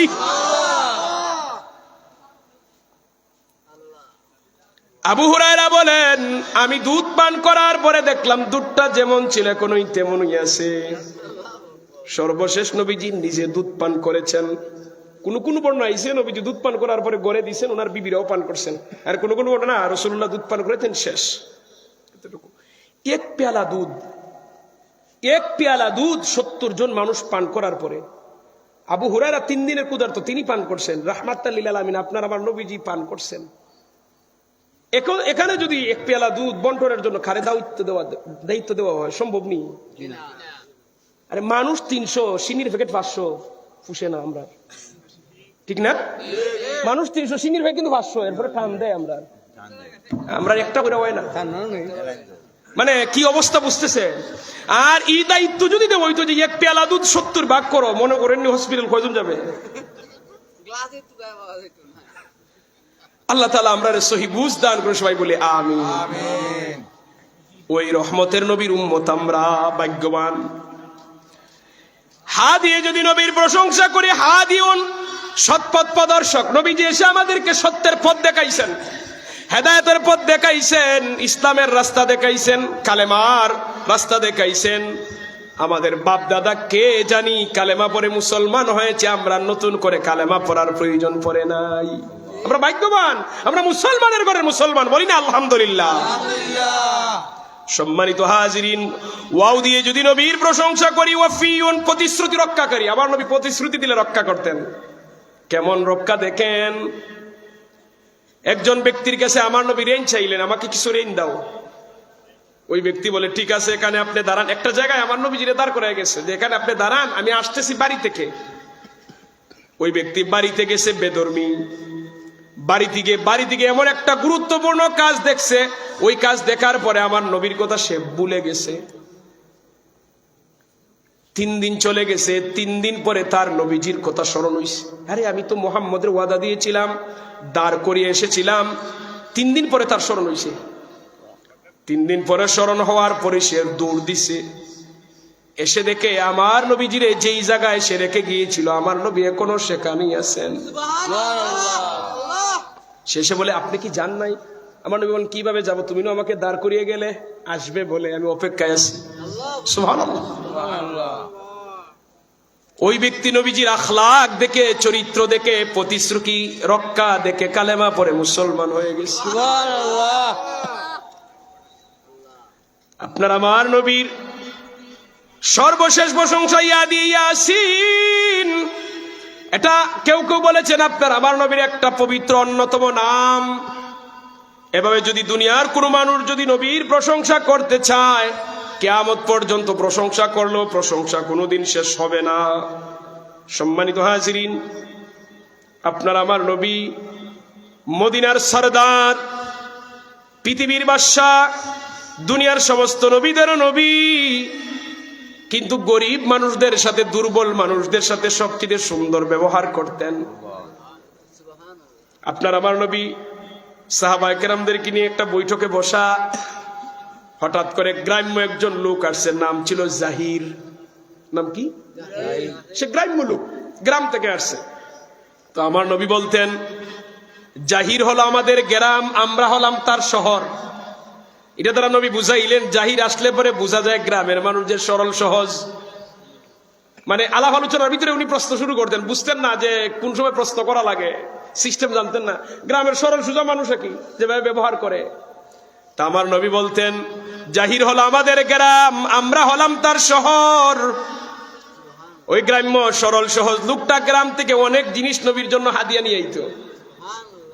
আমার নবীও বিদায় বেলা তারে হাদিয়া দিতেন, এইভাবে চলতো। একদিন আপনার আমার নবী বাজারে গেছেন, বাজারে গিয়ে দেখলেন ওই গ্রাম্য লোকটা জাহির কিছু জিনিস বেচা কেনা করতেছে, বিক্রি করতেছে। সাধারণ অন্যান্য মানুষের এদেরকে দাম দেয় না, সরল সোজা মানুষদেরকে পাত্তা দেয় না, কিন্তু আপনার আমার নবী কত গুরুত্ব দিতেন। আপনার আমার নবী পিছন দিকে গিয়ে জাহিরের এইভাবে দুই হাত দিয়ে তার চোখটা ধরছেন, মানে একটু মজা করতেছেন আমার নবী, এইভাবে ধরছেন। আপনার আমার নবী এইভাবে ধরার পরে বলতেছেন বলো তো আমি কে, বলতেছেন বলো তো আমি কে। ওই জাহির লোকটি বলে আপনি হলেন মুহাম্মাদুর রাসূলুল্লাহ সাল্লাল্লাহু আলাইহি ওয়াসাল্লাম। নবী জানতে চাইলেন জাহির তুমি আমারে বলো, তুমি তো আমারে দেখো না, আমি তো পিছন দিক দিয়ে ধরেছি, ওটা অন্য মানুষের হাতও হতে পারে, তুমি আমারে কিভাবে চিনলে। ওই গ্রামের সরল সোজা মানুষ বলে ইয়া রাসূলুল্লাহ আপনাকে চিনা বড় আমার জন্য কষ্ট হয় নাই, আপনার হাত মোবারক দিয়ে যখন চৌকে ধরেছেন আপনার হাত থেকে মেশকে আম্বরের চাইতে আরো সুন্দর গ্রান আসছে। আমি সেই গ্রান শুনে বুঝে ফেললাম এটা আপনি নবী ছাড়া আর কেউ না। আপনার আমার নবীজি রাস্তা দিয়ে যাইতেন, সুগন্ধি ছড়াইত, কয়েকদিন এই রাস্তা সুগন্ধি পাওয়া যেত। এরপরে আপনার আমার নবী ওই জাহিরকে কোমরে ধরছেন, কোমরে ধরে বলতেছেন কে আছো আমার এই গোলামরে কিনবে। উনি কালো মানুষ ছিলেন, খুব কালো, দেখতে সুন্দর ছিলেন না। কে আছো আমার গোলামরে কিনবে। নবীজি বলতেছেন, ওই ব্যক্তির চোখের পানি ছেড়ে কেঁদে বলে ইয়া রাসূলুল্লাহ আপনার এই গোলামরে বেচে কয় টাকা পাবেন, এই কালো গোলামরে কেউ কিনবে না, আমার মতো মানুষের দুনিয়ার মানুষের দাম দিবে না, আমি ও কেজু মানুষ, কালো মানুষ, গ্রাম্য শহর, গ্রাম্য সরল সোজা মানুষ, আমি লেখাপড়া জানি না, ভাষা জানি না, আমারে কে কিনবে, কিনে কি বা করবে। আল্লাহ নবী বলেন রে জাহির দুনিয়ার মানুষের কাছে তুমি দামি না হতে পারো, আল্লাহ তাআলার কাছে তুমি অনেক দামি। দুনিয়ার সরল সহজ মানুষ যারা, এরা দুনিয়ার অন্য মানুষের কাছে দাম না পাইতে পারে, এরার দাম কিন্তু আল্লাহর কাছে আছে। আমার নবী বলছেন অধিকাংশ দুনিয়ার ওই যে সরল সোজা মানুষই জান্নাতি, মানে সমাজের এত ফেসফাস বুঝে না, রাজনীতিও বুঝে না, বিচার আচারও যায় না, মানে সরল সোজা, এরা ঠগায় বেশি মানুষ। এরা যদি কোনো রকম ভাবে আল্লাহর বিধানগুলি মানতে পারে, এইরকম মানুষেরাই বেশি জান্নাতে যাবে। দুনিয়াতে যে যত বেশি বুঝে তার কিন্তু তত বেশি হিসাব আছে। আপনি যতটুকু করবেন না দুনিয়াতে ততটুকুর হিসাব দিতে হবে আল্লাহর দরবারে। হিসাব কঠিন। মনে করেন এই যে এখানে আমি উপরে বসছি, আপনার ঠান্ডার মধ্যে নিচে বসা, দুনিয়া এত দাম দিচ্ছেন, সম্মান দিচ্ছেন, এখানে যেভাবে বসে কথা বলতেছি পরকালে হিসাবটাও আমরা বেশি। এই জবান দিয়ে যা বের হচ্ছে এটার প্রতি যদি আমার আমল না থাকে, এটার প্রতি যদি আমার আমল না থাকে, তাহলে এই জিহ্বা আগুনের কেসি দিয়ে কাটা হবে। আগুনের কেসি মানে কেসিরে আগুনের মধ্যে দিয়ে লাল করা হবে, আর ওই আগুন দিয়ে আগুনের কেসি দিয়ে জিহ্বা কাটা হবে। বক্তাগিরি এত সোজা না, এটা কঠিন বিষয়। আল্লাহ তাআলা যেন এমন কথা বলেন যা আমল করতে পারি, বলেন আমিন। যেন প্রয়োজনীয় কথা, উপকারী কথা বলতে পারি, বলেন আমিন। দুরূদ শরীফ পড়ি সাল্লাল্লাহু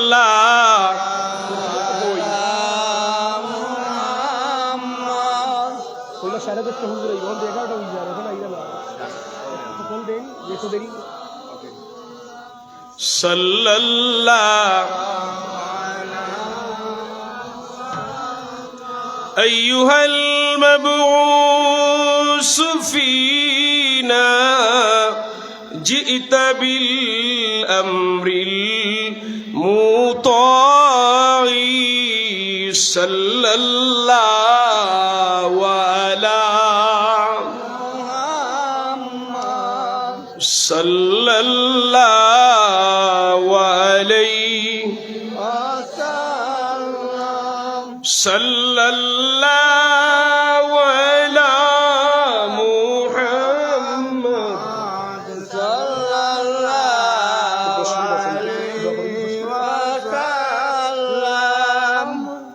মুহতারাম হাজিরিন, বিদায় বেলা আপনাদেরকে বলি, এই যে দীর্ঘ সময় আল্লাহর হাবিবের আখলাক নিয়ে শানের রিসালাতের উপর আলোচনা করেছি, এখান থেকে যদি আমরা যে কোনো একটা বিষয় আমাদের জীবনে আনতে পারি, যেমন আমার নবী সর্বদা সত্যবাদী, আমরা যদি সত্যবাদী হই জীবন ধন্য হয়ে যাবে, ঠিক না? আপনি আমি যদি প্রতিশ্রুতি রক্ষা করি হই, প্রতিশ্রুতি দিলে রক্ষা করি, তাহলে আপনি সম্মানী হবেন।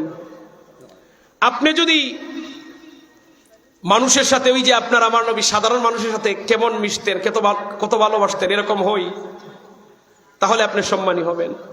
এই জন্য আল্লাহ নবী সাল্লাল্লাহু আলাইহি ওয়াসাল্লাম বলেছেন, কোন মানুষ যদি 4টি গুণ অর্জন করে, কয়টি গুণ? আর তাদেরকে যদি আল্লাহ আর কোনো কিছু না দেন, এই 4টি জিনিসই তার জন্য যথেষ্ট হয়ে যাবে। না বলছিলেন 10:30, এখন তো 11টা হয়ে গেছে। এখন উনি কোন জায়গায় আছে এটা তো শিওর নাই, কই আছেন উনি? আচ্ছা ঠিক আছে। তো আল্লাহ নবী বলছেন 4টি গুণ যদি কেউ অর্জন করে, 4টি গুণ, আর যদি কোনো নিয়ামত ওই ব্যক্তি নাও পায়, এই 4টি গুণ তার জন্য যথেষ্ট হয়ে যাবে। এই হাদিসটি আসছে মুসনাদে আহমদের মধ্যে 6652 নম্বর হাদিস। 4টা গুণের কথা নবীজি নিজে বলছেন, কোন বান্দা যদি অর্জন করতে পারে, এই 4টা গুণই তার জন্য যথেষ্ট হবে। 1 নম্বরে নবীজি বলছেন হিফজু আমানা, যদি আমানতের হেফাজত করতে পারে। 2 নম্বরে নবীজি বলছেন ওয়াসিদকু হাদিস, সত্য কথা বলা। 3 নম্বরে নবীজি বলছেন ওয়া হুসনু খালিকা, সচ্চরিত্র। 4 নম্বরে নবীজি বলেছেন ওয়া ইফাতুন ফি তুহমা, কাবারের পবিত্রতা। কয়টি গুণ? আমি আবারও বলি, হিফজু আমানা, আমানতের হেফাজত,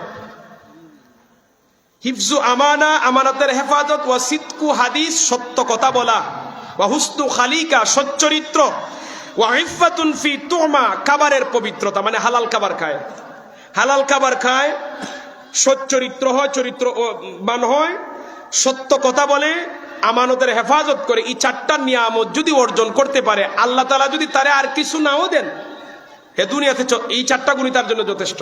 সুবহানাল্লাহ। আসেন একটু ব্যাখ্যা করি 4টা গুণের।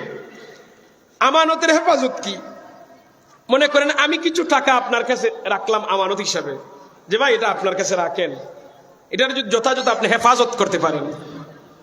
কারণ টাকার হেফাজত আমানত আমরা বুঝি, কথাও আমানত থাকতে পারে। যেমন আমি একটা কথা বললাম, ভাই একটা দুঃখের কথা, আমার একটা সমস্যার কথা আপনারা বললাম এটা কারো কাছে বলিয়েন না। কারণ আপনি যদি বলে ফেলেন, আমানতের খেয়ানত করে ফেললেন, আমানতের হেফাজত হলো না। কথার আমানত আছে, সম্পদের আমানত আছে, জিনিসের আমানত আছে, আমানতের যথাযথ হেফাজত করা।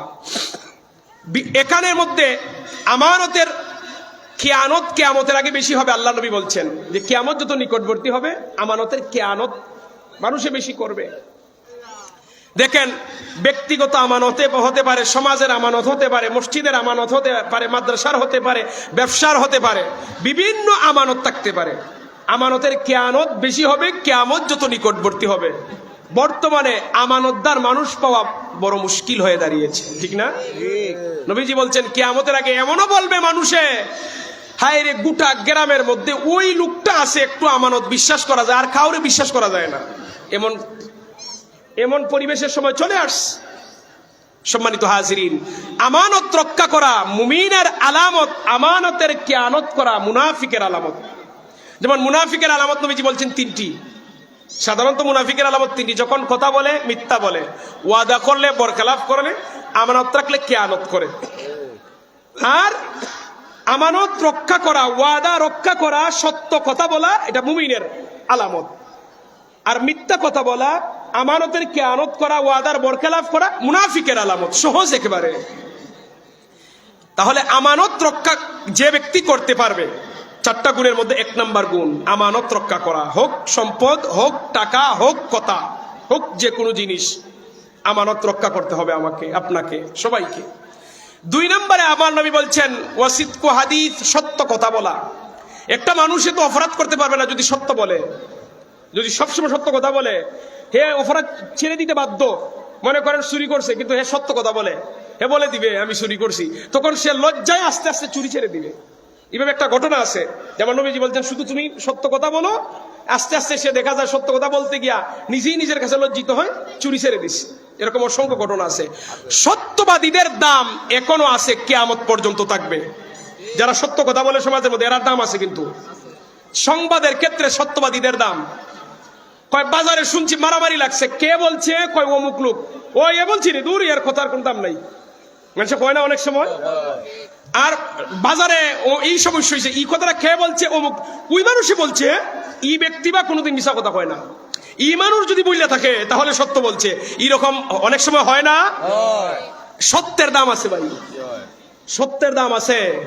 যারা সমাজে সদা সর্বদা সত্য কথা বলে, এরার দাম আছে। এদের কথারে মানুষ গুরুত্ব দেয়।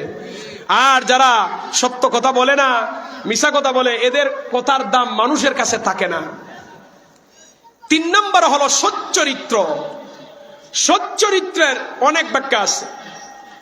চরিত্রের হেফাজত, জিনা বেবিচার থেকে বাঁচা, মানুষকে তার জবান দ্বারা, হাত দ্বারা কষ্ট না দেওয়া। সচ্চরিত্র মানুষের স্বভাব হইল মানুষের সুন্দর ভাষায় কথা বলবে, হাসি মুখে কথা বলবে, ভালো কথা বলবে, খারাপ ব্যবহার করবে না, গালি দিবে না, কষ্ট দিবে না। সম্মানিত হাজির, সচ্চরিত্রের বড় অভাব। সচ্চরিত্র যদি কেউ অর্জন করতে পারে, হে দুনিয়াতে সম্মানী হবে। আজকে আমাদের সবচেয়ে বড় ঘাটতি সচ্চরিত্রের। আমরা মানুষের সাথে ভালো ব্যবহার করি। আমার নবী বলছেন, কেউ যদি মানুষের সাথে সুন্দর কথা বলে, সুন্দর কথা বলাটাও সৎকা। হাসি মুখে কথা বলাটাও কি সৎকা? একজনের সৎকা, দান সৎকা করতেছে, একজনে হাসি মুখে সুন্দর ভাষা কথা বলছে, এটাও সৎকা। সম্মানিত হাজির, উলামায়ে কেরাম যে কথা বলে, কুরআন হাদিসের এই সুন্দর সুন্দর কথা, প্রতিটা কথাবার্তাই হলো সৎকা। প্রতিটা কথার বিনিময়ে আল্লাহ তাআলা যিনি বলবেন ওনারা যেমন সওয়াব দিবেন, যারা মনোযোগ দিয়ে শুনবে তাদেরকেও সওয়াব দিবেন।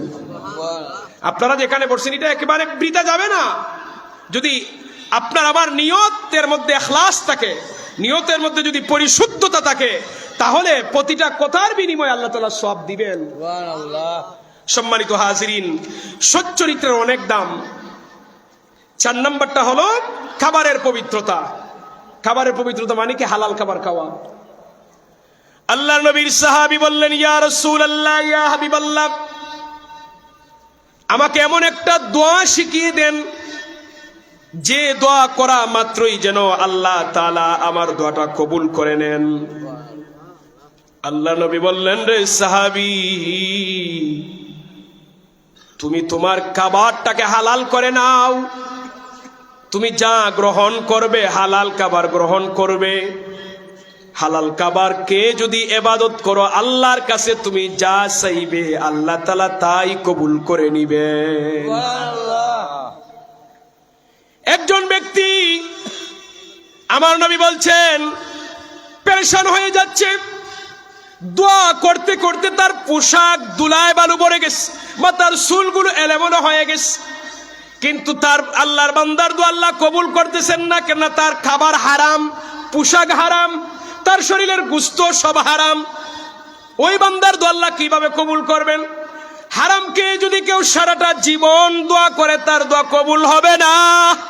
হালাল খাবারকে যদি দোয়া করে, দোয়া করতে দেরি হবে, কবুল হতে দেরি হবে না।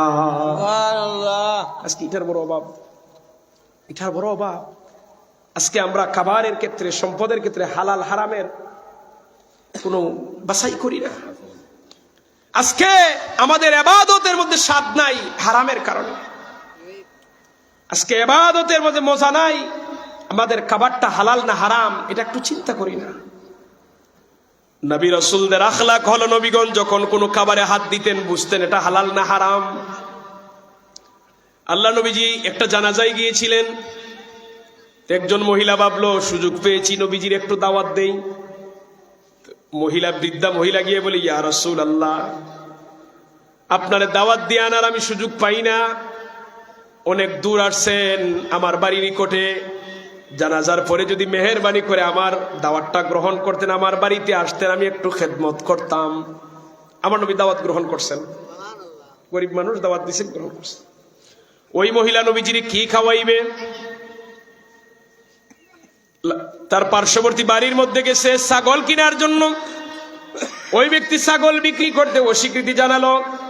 ওই ব্যক্তির মহিলার এসে ওই মহিলা বুঝাইল, তুমি যে কোনো ভাবে আমার কাছে একটা ছাগল বিক্রি করো, নবীজিরে আমি খাওয়াবো। ওই মহিলা বলে, আমার স্বামীর অনুমতি ছাড়া বিক্রি করা সম্ভব না। পরবর্তী তুমি যেভাবে পারো তোমার স্বামীরে বুঝাই, আমি তো টাকা দিবই। যে কোনো ভাবে মহিলার কাছ থেকে ছাগলটা এনে মহিলা সুন্দর করে পাক করছে, খুব মজাদার করে রান্না করে নবীজির সামনে দিছে। আপনার আমার নবীজির হাত মোবারক খাবারের মধ্যে দিয়ে বললেন, এই খাবারটা কয়েদিদেরকে দিয়ে দাও, যারা আসামি জেলখানায় আছে, বন্দিতে আছে, এদেরকে দিয়ে দাও। আমার নবী বুঝে ফেলছেন। এরপরে জানতে চাইলেন, বলো তো কি সমস্যা? বাদে মহিলা সম্পূর্ণ খুলে বলছে। আমার নবী খাবার খান নাই। আমার নবী বলেন, ওই মহিলার স্বামী অনুমতি নাও তো দিতে পারে, যদি না দিয়ে থাকে এই খাবারটা পবিত্র হবে না। তো নবী রাসূলদের আখলাক ছিল, আল্লাহ তাআলা নবী রাসূলদেরকে মুজিজা দিয়েছিলেন। খাবার হালাল না হারাম দেখলে বুঝতে পারতেন, দললে বুঝতে পারতেন। কিন্তু আমরা সাধারণ মানুষ, আমরা বুঝবো না, সর্বোচ্চ বাছাই করার চেষ্টা করব ইনশাআল্লাহ। বলেন ইনশাআল্লাহ। এই যে আমরা দাওয়াত খাই, অজানা আমাদেরকে মানুষ হালাল খাওয়ায় না হারাম খাওয়ায় আমরা জানি না। তো দাওয়াত খাইলে পরে হয়তো আমার ইমানের ত্রুটি হবে না, কিন্তু পেটের ক্ষতি হবে। পেটের ক্ষতি কিভাবে হবে? ইবাদত কবুল হবে না। একটি বর্ণনা পাওয়া যায় যে এক লুকমা হারাম খাবার গ্রহণ করলে 40 দিন পর্যন্ত ইবাদত কবুলই হয় না। আজকে হালাল হারামের ক্ষেত্রে আমরা কোনো ভেদাভেদ করি না। মানে এই সম্পদ উপার্জনের ক্ষেত্রে কি পরিমাণ যে আমরা সুন্নতের বরখেলাফ করি তার হিসাব নাই। একজন মানুষ যদি সারা জীবন হারামকে ইবাদত করে, তাহাজ্জুদ পড়ে, কাজ হবে না তো। আজ থেকে 6-7 বছর আগে সিলেট থেকে আমার একজনে প্রশ্ন করছে, হুজুর এক আল্লাহর বান্দা জানতে চায়, বেচারা 5 ওয়াক্ত নামাজও জামাতে পড়ে, তাহাজ্জুদের নামাজও পড়ে ঠিক মতো, কিন্তু বেচারার একটাই সমস্যা, বেচারা জানতে চায়, বেচারার ব্যাংকের মধ্যে অনেক টাকা আছে জমা, মাসে মাসে যে লাভ আসে এই লাভ দিয়ে তার সংসারটা চলে। কথাটা বুঝছেননি? ব্যাংকের মধ্যে যে টাকা আছে না, টাকা রাখলে তো লাভ হয়, ওই লাভ দিয়ে তার সংসার চলে। বেচারায় 5 ওয়াক্ত নামাজও পড়ে, তাহাজ্জুদও পড়ে। আচ্ছা, এত সময় যা বললাম রাসূলুল্লাহর হাদিস অনুযায়ী এই ইবাদত কবুল হবে? সারা জীবন সেজদা দিল কাজ হবে না। সারা জীবন সেজদা দিল কাজ হবে না। খাবারটা যদি হালাল হইতো, আমার নবীজি বলছেন, সাহাবী কি তোমার খাবারটা হালাল করে নাও, যা দোয়া করবে সব কবুল হয়ে যাবে, তুমি মুস্তাজাবুদ দাওয়াত হয়ে যাবে। সম্মানিত হাজিরিন, হাজ্জাজ বিন ইউসুফের নাম শুনছেন, পৃথিবীর সবচেয়ে বড় জালিম শাসক ছিল। হাজ্জাজ বিন ইউসুফ অসংখ্য আলেমদেরকে জবাই করছে, অসংখ্য মুসলমানদেরকে মারছে, আবার সে কিছু ভালো কাজও করছে। ভালো কাজ কি করছে? কোরআন শরীফের যে জের জবর, এটা তার আমলে হইছে। জালিম যারা, এরা বাহ্যিকভাবে কিছু ভালো কাজ দেখায় সমাজের মধ্যে নিজের আল্লাহওয়ালা বোঝানোর জন্য।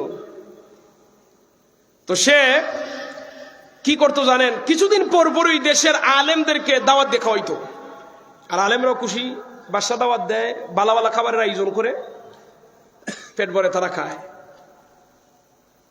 একজন আলেমকে সে দাওয়াত দিয়ে কোনোদিন খাওয়াইতে পারছে না। আমি নামটা বাক্কা আগে দেখছি, এই মুহূর্তের নামটা আমার স্মরণ নাই। উনারে অনেকদিন দাওয়াত দিছে, না নিতে পারে না। উনি হালাল হারাম খুব বেঁচে চলতেন। তো বাদশার মন্ত্রী বলছিল, উজিরে বলছিল, উজির মানে প্রধানমন্ত্রী, সে বলছিল যে আপনি যেভাবে জুলুম নির্যাতন করতেছেন, কোন সময় মানুষের বদয়া লাগবে আর ধ্বংস হয়ে যাবেন। সে বলে, কয় না, এই যে হুজুরগুলা দেখতেছো না, এদের বদয়া লাগবে না। কয় কেন? কয় এরারে যে আমি খাওয়াই, এরারে আমি হালাল খাওয়াই না, তা চুরি করা, ডাকাতি করা, পশু পাখি এনে এদেরকে খাওয়াই।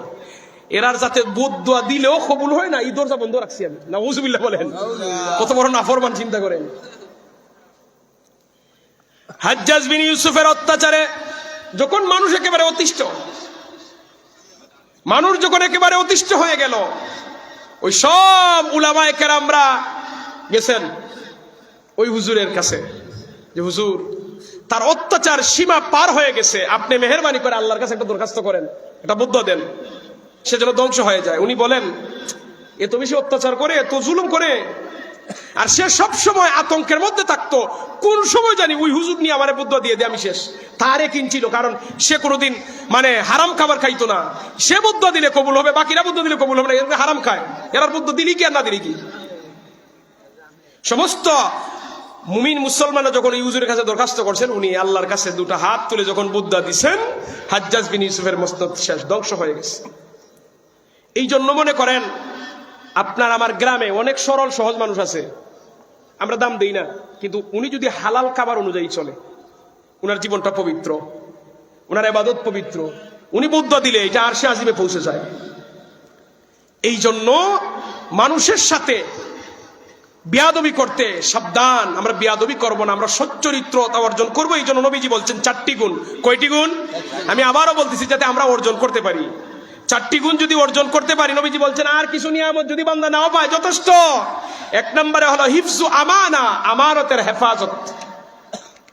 2 নম্বর ওয়া সিদকু হাদিস, সত্য কথা বলা। 3 নম্বরে ওয়া হুসনু খালিকা, সচ্চরিত্র অর্জন। 4 নম্বরে ওয়া ইফাতুন ফি তুহমা, খাবারের পবিত্রতা। 4টা জিনিস, আমানতের হেফাজত, সত্য কথা বলা, সচ্চরিত্র, হালাল খাবার, খাবারের পবিত্রতা। এই 4টা গুণ যারা অর্জন করতে পারবে, আর কোন নিয়ামত আল্লাহ না দিল, আল্লাহ নবী বলছেন এটা তার জন্য যথেষ্ট হয়ে যাবে এই দুনিয়াতে। শুধু দুনিয়াতে না, পরকালেও। খাবার যদি হালাল হয়, অল্প ইবাদতে মজা পাবেন, নাজাতের উসিলা হবে। আর খাবার যদি হারাম হয়, এই যে 5 ওয়াক্ত কেন, তাহাজ্জুদ কেন, আপনি মসজিদ, মাদ্রাসা, এতিমখানা দান সদকা করবেন, কোনো কাজে আসবে না।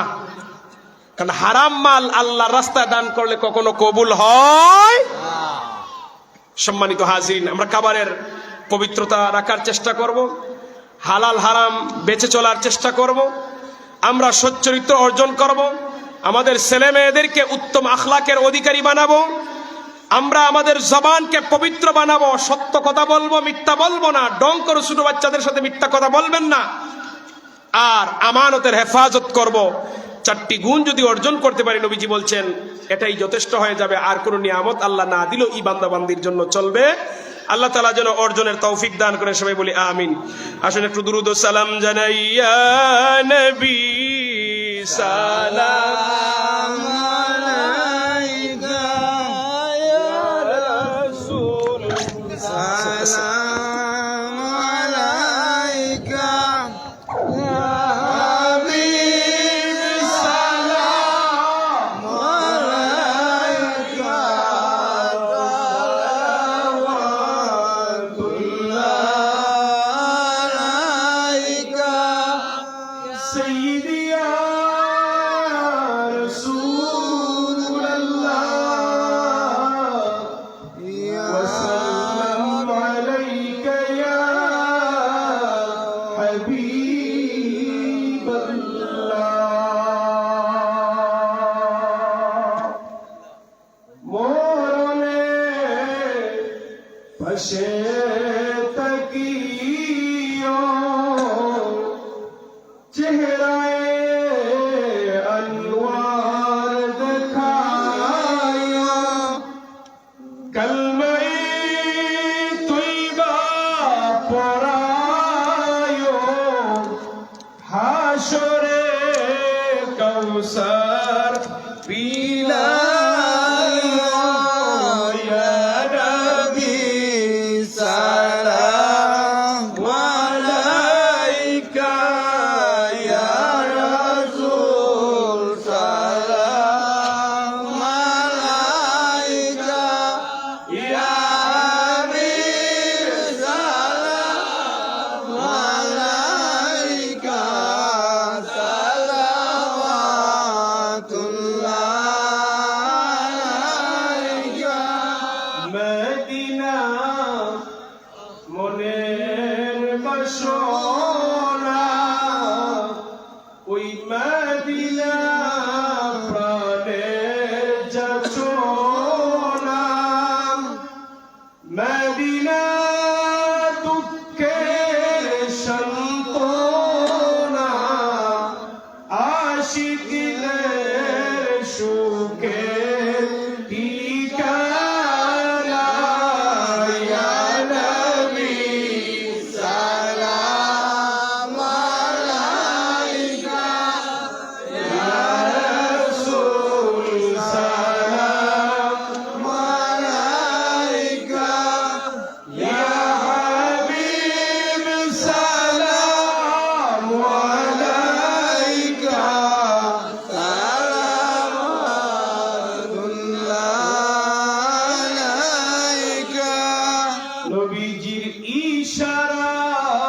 চন্দ্র দুভাগ হয়, নবীজির আদেশে পাথর কথা কয়।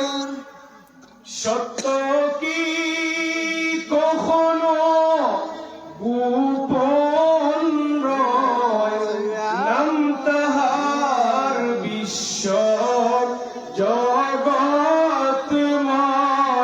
ইয়া নবী সালাম আলাইকা, ইয়া রাসূল সালাম আলাইকা, ইয়া হাবিব সালাম আলাইকা,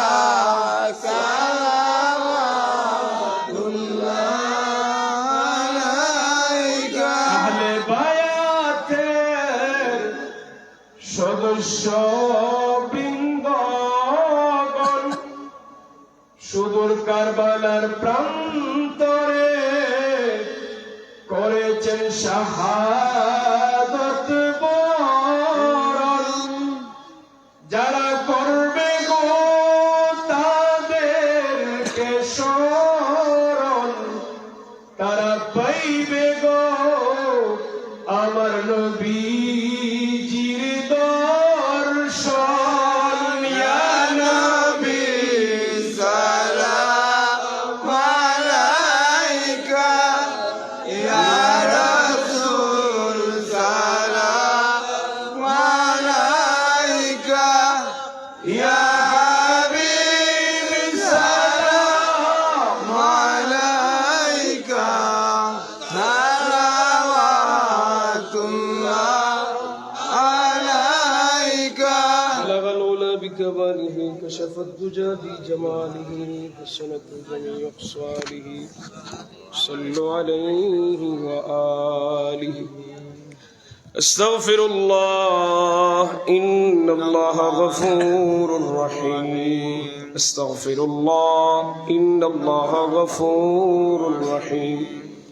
استغفر الله ربي أتوب إليه، ولا حول ولا قوة إلا بالله العلي العظيم.